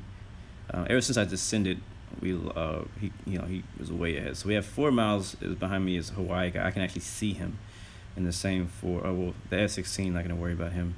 Gonna disregard that. And then I think we have one more person. I think Santiago, and I think he slowed down, so he's a good distance back now. Or maybe not. I don't know. I just can't see him back there. Maybe he's above me. I don't know. So mainly the people behind me. Just do your best to maintain at least 15 miles of separation behind me, and you guys are gonna have to kind of organize that between yourselves because there's about 3 of you guys all together within 10 miles of each other. So, all right, now let's go ahead and change this to, what did I say, 5,000?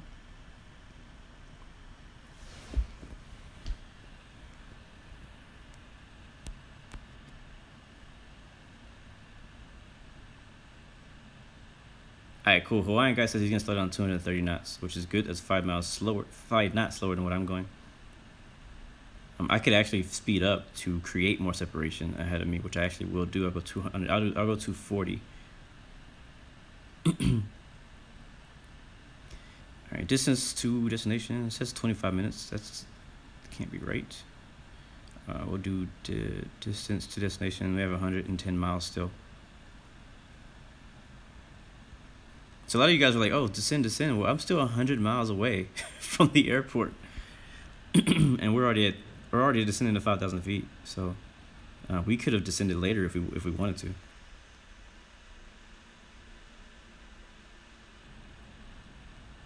So I'm gonna make a pretty slow descent down to 5,000 feet. I'm sorry.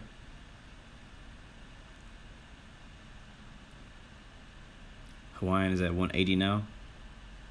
All right, Santiago said he's gonna start at 225. Sounds good. Thank you guys for organizing that, getting that slowed down. Starly has landed already. So Hawaiian guy's at 180. He's behind us, and then we have Santiago who's behind Hawaiian guy going 225. So he's actually gonna pass him. And then we have Cedric too. Don't forget we have Cedric behind us too. That is Air Portugal 4829. Also, so again, I'm going 240 now. I sped up to 240 to try to make some speed behind me to kind of help you guys with separation. Ahead of me, we have Eric, who is how far is he now? He's still at 20 miles, yeah, 25. So I have a lot of space in front of me. I have plenty of space in front of me, as usual. Moon says tomorrow he has a real flight from Dubai to Malaysia. Gonna be in 777-300 ER. Definitely enjoy that flight, man. That's a fun plane to be on. Fun plane to be on. There's so much power on that 777, man. Starly landed, and he landed without a hood. Great job, bro. Great job.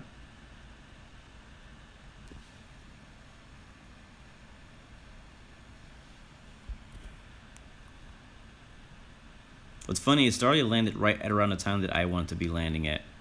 I actually wanted to land right around this time, maybe give or take 15 minutes. That's why I was already, because he took off right before when I loaded in. When we started the stream, you saw me taxiing to the runway. Well, Starley was right ahead of me. We were taxiing together. I believe this first island right here is not Madeira. This is something else. I forgot what this is. What is this? Porto Santo. But yeah, so because my live server thing was tripping, I had to restart the app, and so that set me back about 10, 15 minutes-ish, something like that. Dutch Wing says he flew above Greenland and Iceland, and everything is blurry. Yeah, that means that the scenery is not HD up there. It's probably white, but it's not like HD, so you can't actually see anything. So yeah, that's one reason I haven't flown up there. I would really love to see some HD scenery up there, especially in Iceland. It's beautiful up in Iceland, in real life.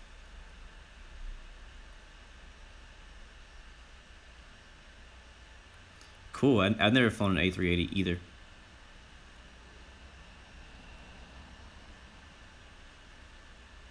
What's going on, Davi2006?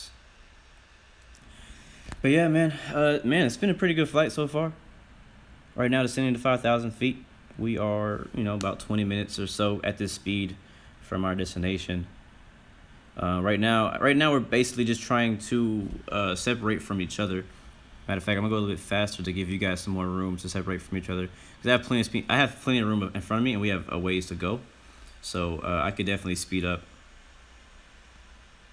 And then you guys behind me are trying to separate from each other. So I'm gonna say we haven't landed yet, but I'm already proud of just the effort you guys have taken to actually try to separate from each other.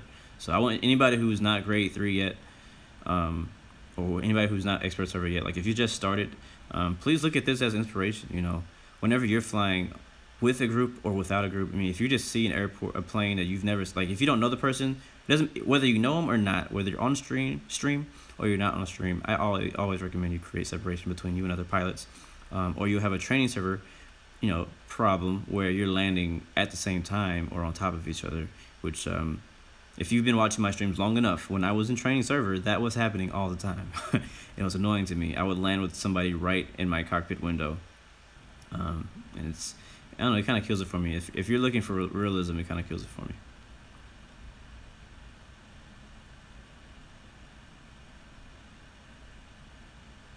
All right, Dutch Wings, I'll catch you next time, man. Thank you for thank you for joining us today. Too bad you're not going to be able to stick around for the landing, but again, this will be up. The replay will be up, so if you miss any part of it, you can always fast forward, back or forward, and watch the landings and stuff.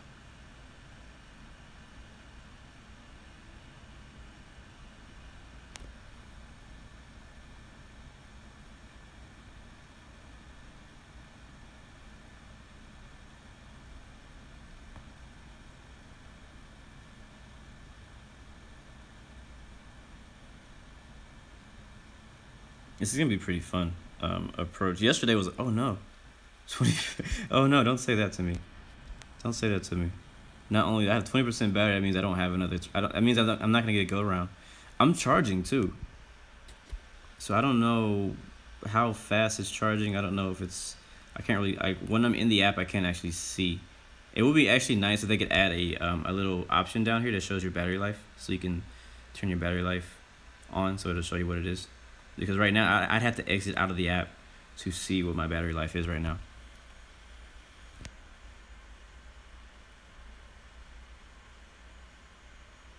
Playing the training channels, the way you know violations is you can't see your own. That's the thing. I think there's not really anywhere you can see your own. I don't know how to find my own violations. But you'd have to, only way for you to know is click on someone else and see what their violations is, or ask somebody around you who's flying with you to look at basically your little pilot card thing, so you can't click on yourself and see how many violations you have. I wish you could.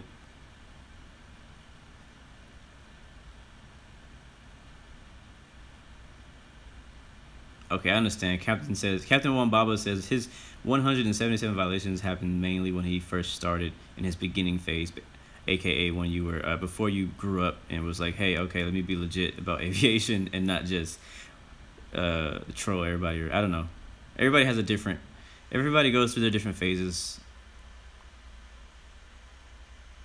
All right, again, guys, we're landing runway 05 at Madeira, Spain, which is actually right off of the west coast of Africa.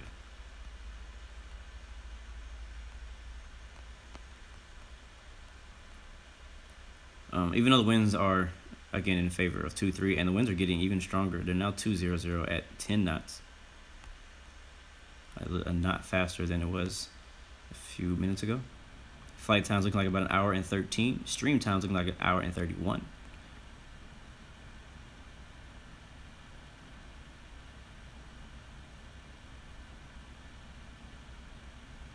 Oh, I didn't know you can see them on live flight. I'm gonna take a look at that.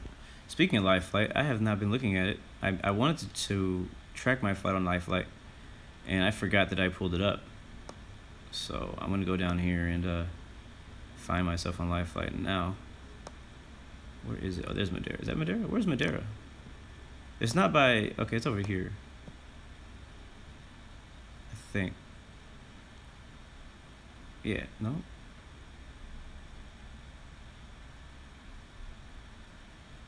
Is this Madeira? Is this me?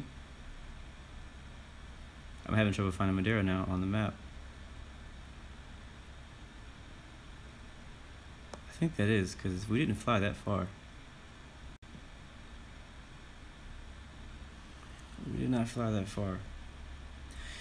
Well, another thing, guys, is I would definitely like to hear some of you guys' advice as far as gaming PCs.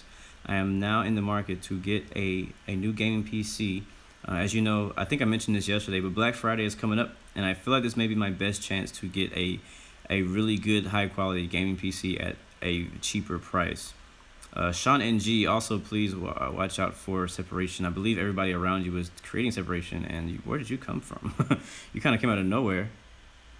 Where is he, actually? He's behind me. Oh, he's way back there. Okay, you're good. Never mind. I'm sorry. I thought that I didn't see you on the map before, so I thought because I saw you, I thought you were closer. So you're good, bro. So I apologize for pointing you out. But yeah, so if you guys have any suggestions for gaming PCs, please leave that in the comments. Send it to me on Discord. If you have any good links of websites where I can get a gaming PC, please send it to me. Because basically my goal for my gaming PC is to be able to basically play any game I want, any PC game I want, at max settings, and be able to stream it at the same time, because it's different. You can be able to, I've been doing some research, and I've heard that you can get a good gaming PC that'll play your games at pretty high quality, very, very high settings. But when you add the streaming element to it, you start losing frames and dropping frames and things like that, and I don't want to have that issue. So I want to get a very good high-end gaming PC, and when I say get, I mean build. I want to build a very good gaming, high-end gaming PC, so that I can stream things like X-Plane, things like Prepare 3D, DCS World, iRacing, basically all of the games that I already enjoy on my console. I want to upgrade those games to PC. Basically, I want to graduate to PC gaming. This doesn't mean I'm going to stop playing Infinite Flight, but I do. This has always been something I've been wanting to do, something that me and Finer Passion both actually want to do. Both of us are actually both trying to get gaming PCs so that we can play and stream games together. Him and actually another friend of mine, a third friend, we want to do motivational gaming from PC games and not just mobile games. Because right now, the only device that I have that can handle gaming at high quality is my mobile iPhone 7 Plus. So I don't have a strong enough computer to play any games. I already own X-Plane 11. You know, I have a ton of scenery for it. I have so much stuff for it, but I can't really enjoy it because my computer can't handle it. So I'm looking to get a new computer where I can play X-Plane and other games that are even harder on frames and harder on the CPU, stuff like that, at max settings. So if you guys have any suggestions or where to look, what to get, who to talk to, stuff like that, please let me know, because I'm looking into trying to make something like that happen in the next week, maybe, because again, Black Friday is a week from today. No, I'm sorry, Thanksgiving is a week from today. In the U.S. anyways. I don't know if you guys have Thanksgiving in other countries. Not sure how that works. I doubt you do.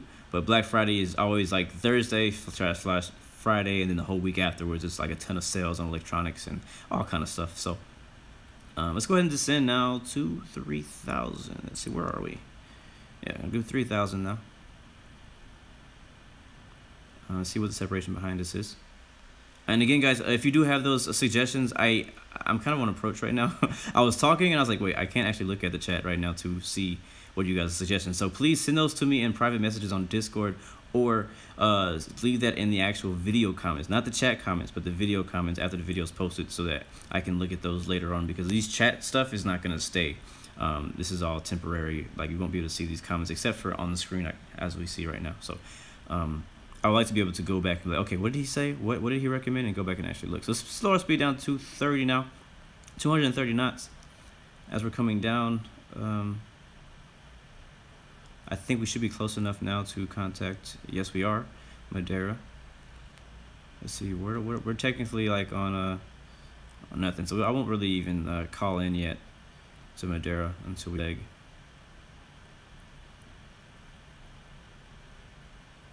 Yeah, I'm planning on building my own PC. I don't think I'm gonna hand build it. Like, I don't think I'm gonna build it. I may like choose the parts and have somebody else build it, because I personally, like, I'm not that, like, I know a lot of people are like, oh, there's so much fun in building your own PC, and I understand that. Yeah, I'm pretty sure there's a lot more joy going into the fact that you built your own PC, but I've just never been that kind of person. I just want it to work and do what I want to do. That's about it.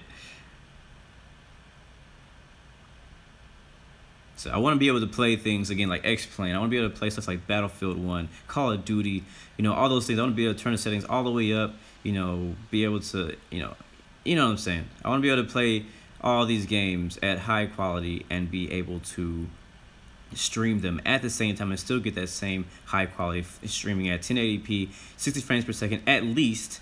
Maybe even 4K if that's you know, a good idea for me. So after this stream, I'm actually gonna be calling a specific company to find out some I'm gonna be calling a company to find out, you know, let them know what I want, you know, let them know, hey, I'm a gamer, I'm looking for a gaming PC, but I also stream on YouTube, so I'm looking for something that can handle high-end gaming and high-end streaming at the same time. So I want to continue to give you guys you know, really good quality streams. Like, I don't want to have like I don't want to have a beast gaming computer I spend all this money on and then give you a crappy stream, you know. So and then, you know, obviously with you guys' support, you know, as you're watching the videos and becoming sponsors and all that kind of stuff, you're definitely always helping with me pay for those things too. So I want to say thank you to everybody who's already sponsored and donated to the channel and supported the channel already, because if it wasn't for you guys, this would not be possible for sure. So, and there's always there's links in the description for you to donate also.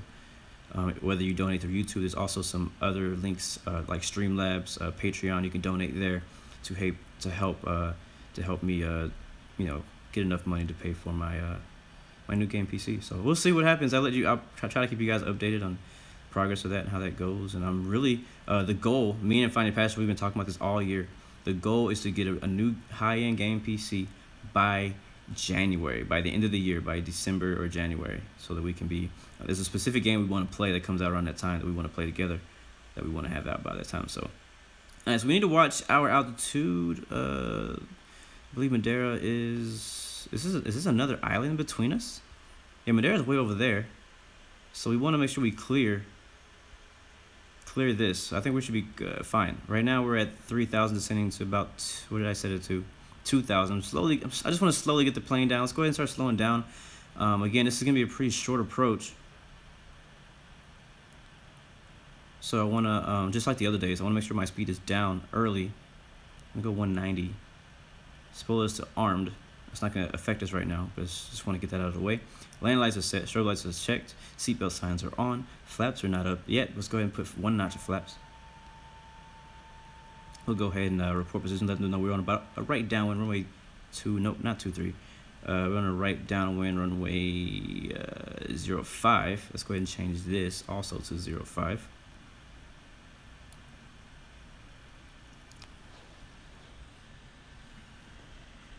Thank you, Hakai ID. Again, guys, I am not able to look at the chat right now because I'm trying to focus on landing. So I would love for you guys to repeat everything you're already saying about all these specs for computers and stuff again to me, either on Discord or somehow just contact me, and I want to let's talk about it, because I don't know much about. I've never had a gaming PC before, never. So this is brand new to me. I've always been a console gamer. I've always played on PS4 and stuff like that, so this is a big step for me in gaming in general. I've never spent this much money on a game either, like on a gaming system, you know, because PS4s have always been like half the price of a gaming PC. So this is going to be a big step for me in a lot of ways. So I want to get as much advice as possible. I want to do as much research as I can because I don't plan on buying another one anytime soon. You know what I'm saying? Like I want this to be my only PC for at least about 10 years, you know. So yeah, I want something good quality, something that, you know, is easy to maintain, all that good stuff.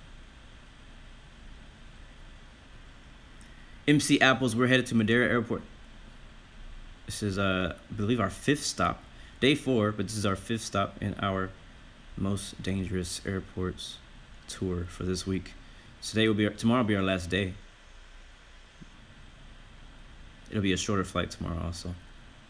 All right, where are we at? Let's go ahead and, yeah, let's get lower. Let's go down to 1,200.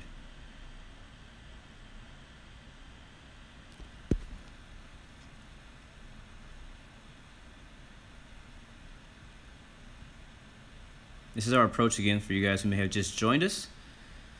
Flying into Madeira International. It's a very low approach, very close to the water. I would be so paranoid if I was flying this plane in real life, being this close to the water. Yeah, that'd be pretty nerve-wracking right there. I will not be using approach mode. I'm gonna be turning off nav mode pretty soon here too. I see F-16 on final. Our Starlight's on the ground. We have what's the separation behind us? 5 miles from Hawaiian guy, and then behind him I can't see the next aircraft. I don't know if that's him over there, but we should be all right. We should be all right. Just Hawaiian guy, just watch out. Do your best to maintain, you know, slow as practical. You can kind of pay attention to my screen, see what speeds I'm flying. I also try to mention those as I'm out here. We're doing a little bit wider of a flight pattern of approach than the chart shows. We're actually going like maybe 2 times wider than that because of aircraft separation, because of traffic around us. So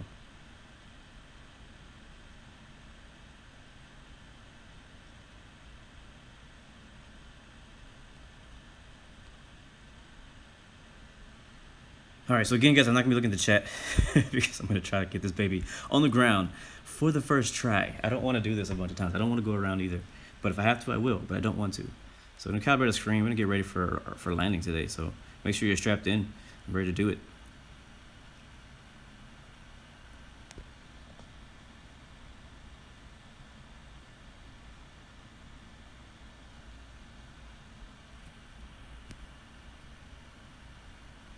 Airport is going to be off our right wing. Let's take a look at that. Not too long because it's, I hope in the next update they fix this horrible right wing stuttering engine sound that is there. I'm pretty sure they know about it. Like, there's no way they wouldn't know. Like, they fly around way too much to not know about it. One thing, speaking of that, that's one thing I do love about Infinite Flight is the devs and like the company itself. They're playing the game themselves all the time. They have moderators and people. Like, all of them are playing the game themselves, so it's like, how can they miss a lot of these glitches and issues because they're so involved in the community flying around that I mean, I'm pretty sure they know about all the issues that we're dealing with. I mean, I'm so happy that they are actually showing some attention to the whole aircraft lagging issue whenever you're trying to do formation flight. That's something that you would only really know of if you were, you know, active flying in the community, you know, so it's really cool.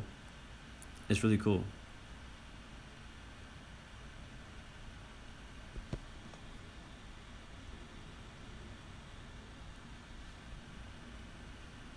Alright, so I'm going to go ahead and turn off approach now, or nav mode, and I'm going to go ahead and make a right turn, fly by 330. Basically it's going to be about a base turn. So we'll go ahead and report position right base, runway 05. We'll go flaps 3. We can do all, we got to do, you know, we got to be on our toes for this one, because we are just over the water. Look out at the left wing right now. The water is right there. We are only 1,200 feet MSL Let's see what that is. It's AGL. Yeah, about the same because it is water.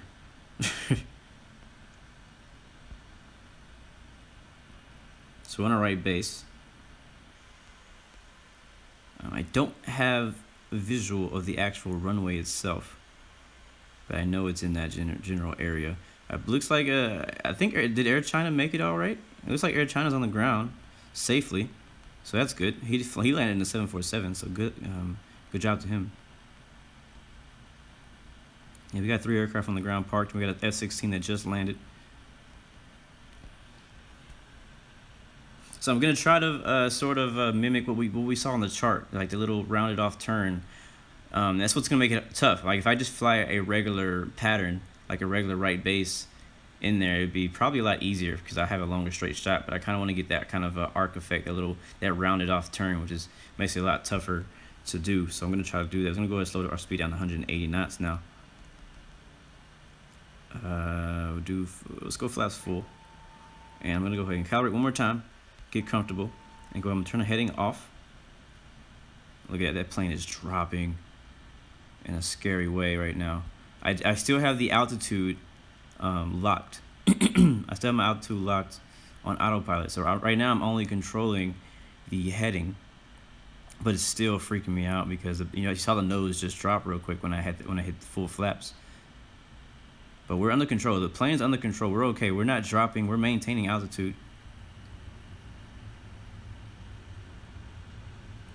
Our gear's up right now. It would be telling us terrain, gear up. As long as I leave the auto throttle on and all that stuff, it should be maintaining altitude pretty well. See if we can zoom in and see if we can find the runway. It looks like that's it right over there. So we're kind of going to brush this mountain over here. Flying in for the visual. So basically, I'm going to go ahead and report position. Let them know where I'm technically on final. It's kind of a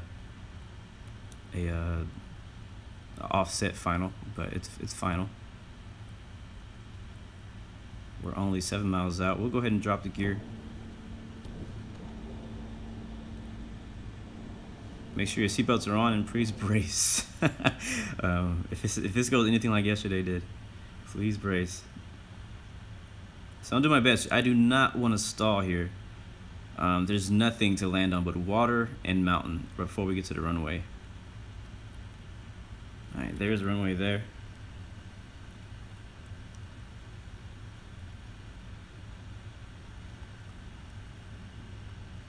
I've never been so nervous flying in infinite flight since this week. This whole week I've just been extremely nervous flying all these flights because all of them are just like, is he gonna make it? I don't know if he's gonna make it. So much anticipation, even for me.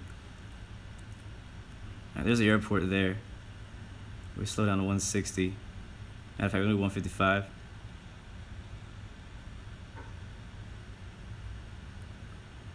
Alright, we're gonna have to kill alt mode now. I'm in control of the plane. I'm gonna go 140. Flaps are already full. Landing configuration is set. I'm gonna change this to AGL so you guys can see how close to the ground we actually are gonna be. There's the airport right there. I'm gonna close this. We do have a tailwind.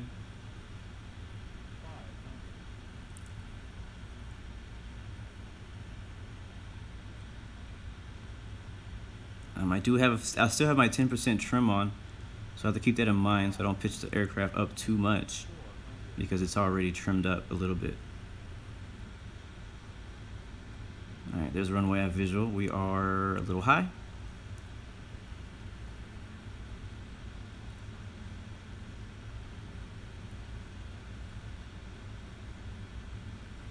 Spoilers are armed. I'm gonna go ahead and control the power on my own. Alright, get her lined up. We have a bit of a crosswind there because of that tailwind, so we need to watch out for that. We're still, we're alright, we're alright.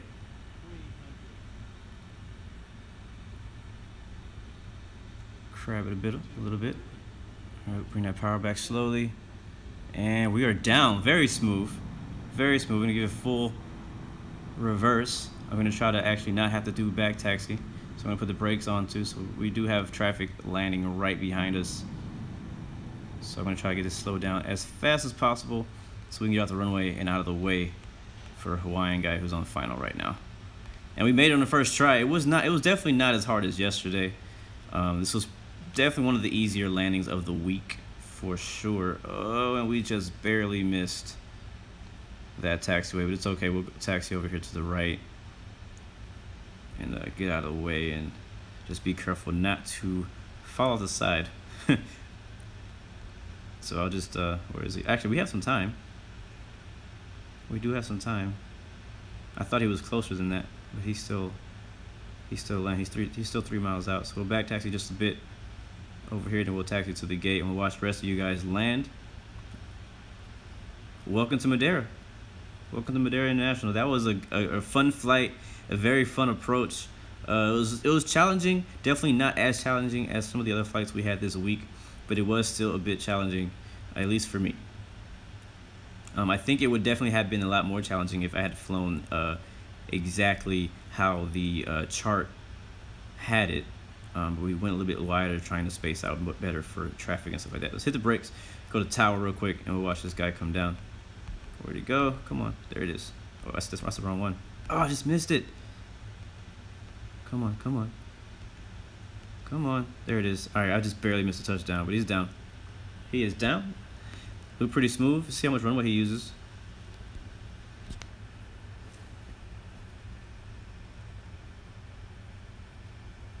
Oh, am I still taxiing right now? My brakes are not even on. I just realized that. I just saw myself in the background of the tower view. We were in the grass because I forgot to set my brakes when I switched to tower view. How legit is that? All right, let's get out of the grass. Thankfully, you don't get penalties for sitting in the grass. And I guess we'll be out of the way for Luke. And by the way, guys, for anybody who's like, because it looks like Luke is about to do what I'm about to say. If you want to take off here, I know that 2-3 again is technically supposed to be the active, but again we're using 05 because of the challenge of 05, and we still have more aircraft landing on 05. So please don't take off on 2-3 because that would be a horrible traffic issue. All right, where should we park? We'll park over here next to this other TAM aircraft. Yeah, there goes Air Portugal. 4829er made it safely. This is a fun airport to land at. Like, I wouldn't mind flying here again, just in general. Like, not for the most dangerous airport tour, but just for another just flight for fun, you know? Like, this is a really nice place. And we'll park right here. Let's shut one of those engines off. Strobe lights off, landing lights off.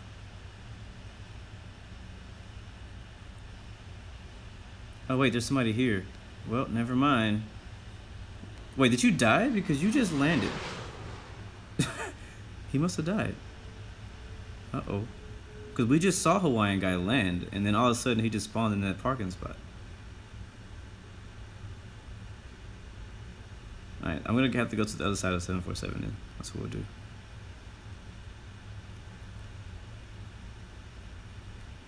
But good job, guys. Everybody who's landed so far. We still have some more people on the way in. It looks like Santiago just landed. I'm sorry I missed it. I want to actually watch you guys land from the tower view, but I need to get this plane situated. I almost taxied myself back onto the runway while trying to watch Hawaiian guy land, and I thought I had the brakes on and they weren't. All right, flaps up. Almost forgot to do that. Landed with plenty of fuel, by the way. Thank you, 747, for scooting up just a bit for me. All right, so that 747 is technically taking up 2 spots, 3 actually. So we're going to have to come over here and park. There we go. All right, and we're here at the gate, and that means we go ahead and turn off the strobe lights, turn off the beacon lights, turn off the last engine, and turn off the beacon to let the ground crew know that engines are off and now it's safe to come look at the cargo doors. All right, so here comes Sean and G landing in a, what is that, a 777? Or what's an A330? I'm not sure what that is. But it looks like he made it safely. And I think that may be the last one. I think he was the last guy. We have one other person out here. Ilindridi, he might have had, I thought he was ahead of me. He might have did a go around, so we'll wait for him to land. watch him land. Jump to probably jump to free camera so I can control what exactly I want to look at. And, we'll do like a view right over here, right at the edge of the runway. Oh gosh, how did we do that?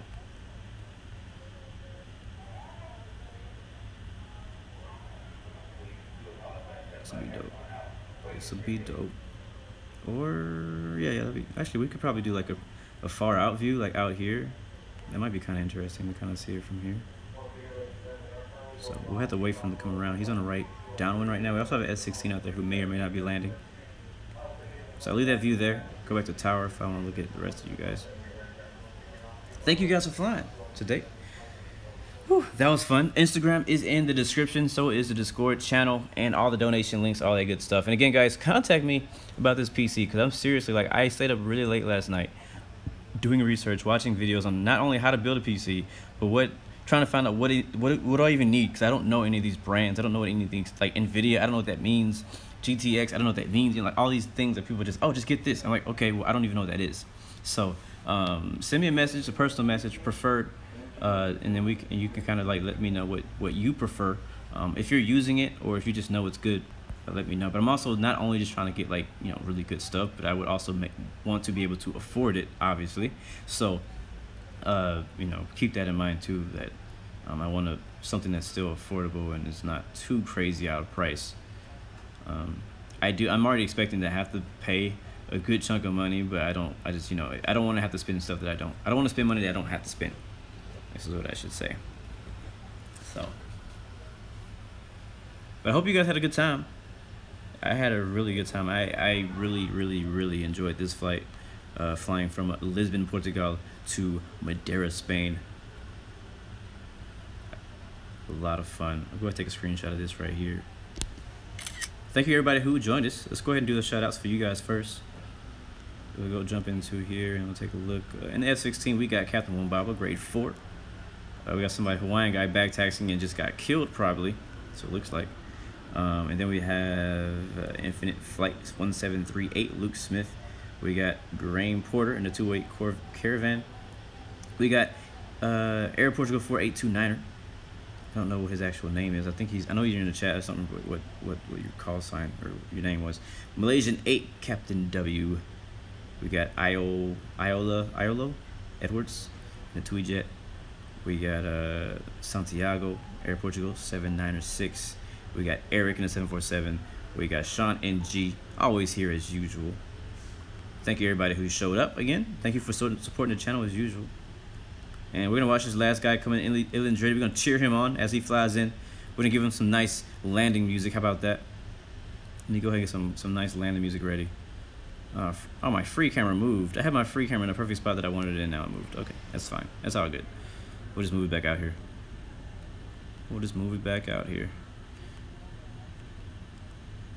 Alright, we'll move it right here. We'll wait for him to fly. I still don't see his name, but I know he's there. So, oh, and some more people just died. Alright, so anyway, while we're waiting for him to come through, for him to land, I'll go ahead and turn some music on. We'll jam out. I'll do some more shouts before we get out of here, and we'll just enjoy.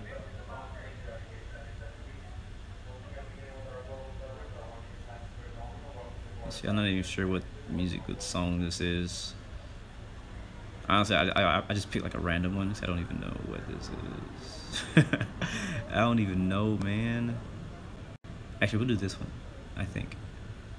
Let's see, let's try it. We'll try that. No, I don't want that one. I don't want that one. I feel like everybody plays that one too much. Let's do this one. No, oh, that's not the one either. Okay, hold up. I think that the first one I played was the one I did want. Yeah, we'll do that. That works. We'll turn it up just a little bit, about halfway. Hopefully you guys can still hear me. Let me know if you can't hear me over the music so I can adjust that. Something I'm still trying to find out where the perfect level is for that. Let's find out. Oh, he looks like he's on final. I'm gonna go ahead and double tap out there. Yeah, there he is. We'll see if we'll be able to find him. Air Portugal, Ilandridi Heavy, coming in the A320. Let's go ahead and turn these names off so it looks a little bit more dope.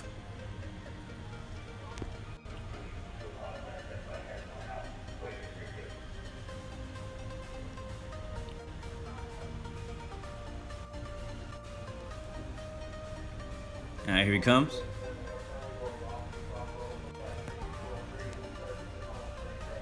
You're on the spot right now, Illegally. You're on the spot, buddy.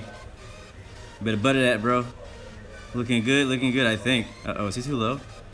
Oh, he's all good, he's good. Oh, just barely. Barely made it. Wow, look, you see how close he got to the edge of that mountain. That was nuts. You made it, though. Good job. You still were a little, I don't know. Yeah, it was close. It was a close one. I did not know if you were going to make it over that mountain. You literally came over that thing, like, already about to touch down. That was crazy. But good job, man. Good job. But anyways, we're going to get out of here. We're going to get out of here. Let's see who we got in here. Everybody put in a shout out in the chat right now. If you want to get a shout out, put your name and where you're watching from in the chat real quick so I can give you guys the shout out that you have deserved. Again, we were only like 70 or so subs from 2,000, from 2K. So if you have not subbed already, if you enjoyed what you saw, definitely hit that subscription button. And if you really enjoy what you saw and you want to support the channel even further than that, definitely hit that sponsor button. That's going to help me not only pay for flight school, but it's also going to help me with this new PC build I'm trying to do. So thank you guys as usual. I think we have somebody back taxing too. Let's take a look at that. Oh, somebody else is landing. Who is this? Not sure who it is. See how he's doing. A little. Okay, now he died.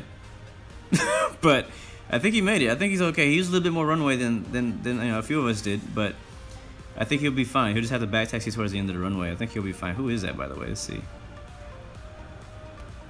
Who is that? That is I can't say who that is. Somebody just took off. I'm so confused. There's so many aircraft on the runway right now. I don't know who is who. That was Hawaiian guy. Okay, cool. Hawaiian guy made it. I think he might have died the first time because we landed basically right right before him, and I saw him touch down, but I did not, like, when I was taxiing, he just appeared into the taxi spot. So, which usually means that he died. So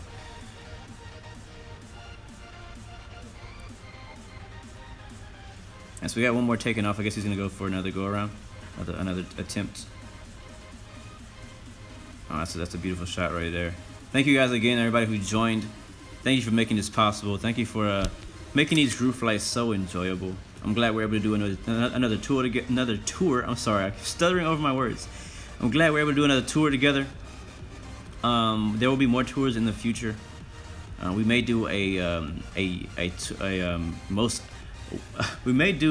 most dangerous airports tour volume 2 in the future, because there's a lot of airports that I was not able to fit in the schedule. But we have one more stop tomorrow. We'll be headed to the very popular Lukla airport. It's going to be in Nepal. That's we were actually there yesterday. We were flying into where did we fly yesterday? Bhutan. It was we actually passed it on the way. So we'll be flying there tomorrow. We'll be attempting to land the Dash Q400, the Dash 8. And of course you're gonna park inside of somebody. Why would you do that? There's plenty of parking spots on the other side of the Lufthansa flight. But anyways, what do? You can't do anything about it. But the Walking Fruit, Walking Fruit, shout out to you, Andrew Cunnison, Noah Watson, the Walking Fruit, Planes and Trains. Thank you always, man. Welcome back, by the way. Good to see you back. MC Apples is Luke Smith. Thank you, man, for flying with us today. Cedric Yayo, Hybo. Thank you for the hearts emojis. Appreciate that. Yes, my my Instagram is actually Future Pilot X. Who else do we have in here? Nasinho, Lolo Edwards, Captain Wambaba, Eric, IFMG, Starley was in here earlier. I think he might have left. Technical Type. Who else? Peter. What's up, man? Peter. Chai Wei, Hake Hadi, Marcel, Charlie Echo. We got a bunch of people in here, but I'm sorry if I missed you. If I did, try to leave that in there before we get out of here. Bacon Sandwich, bacon. Thank you, man. Aviator Lucas watching from the UK. Cheers to you, man. Cheers to you. Oh no, what happened to him? I just watched it on the stream. I saw somebody just crash into the ocean or something. It was crazy. I know, what was he doing? I saw it late, but I saw it. Can I fly to Norway? We'll probably make it over there eventually. But alright, guys, without further ado, I'll go ahead and get out of here. You guys are free to leave or fly out of here if you like. I will probably be doing another flight after this, like probably right after the stream, I'll be setting up for another flight off of the stream. I'll probably post where I'm going on Discord. Oh, look at that. He just killed everyone. Dead. So horrible. Oh, and the 747 just did the same thing. All right, we're going to look in this direction. All right, there we go. Let's look at something a little bit more legit. But all right, guys, let me get out of here. Remember, you got 3 choices as usual. Actually, he just landed. Give up, give in, or give it all you got. Peace, love, and God bless you. I'll see you guys next time. Thank you guys for joining me again for another Infinite Flight stream, and hopefully soon we'll be flying. Doing some more streams with some more games on a nice gaming PC. You never know. We'll see. We'll look into it. So, see you guys next time. I'm gonna jam out.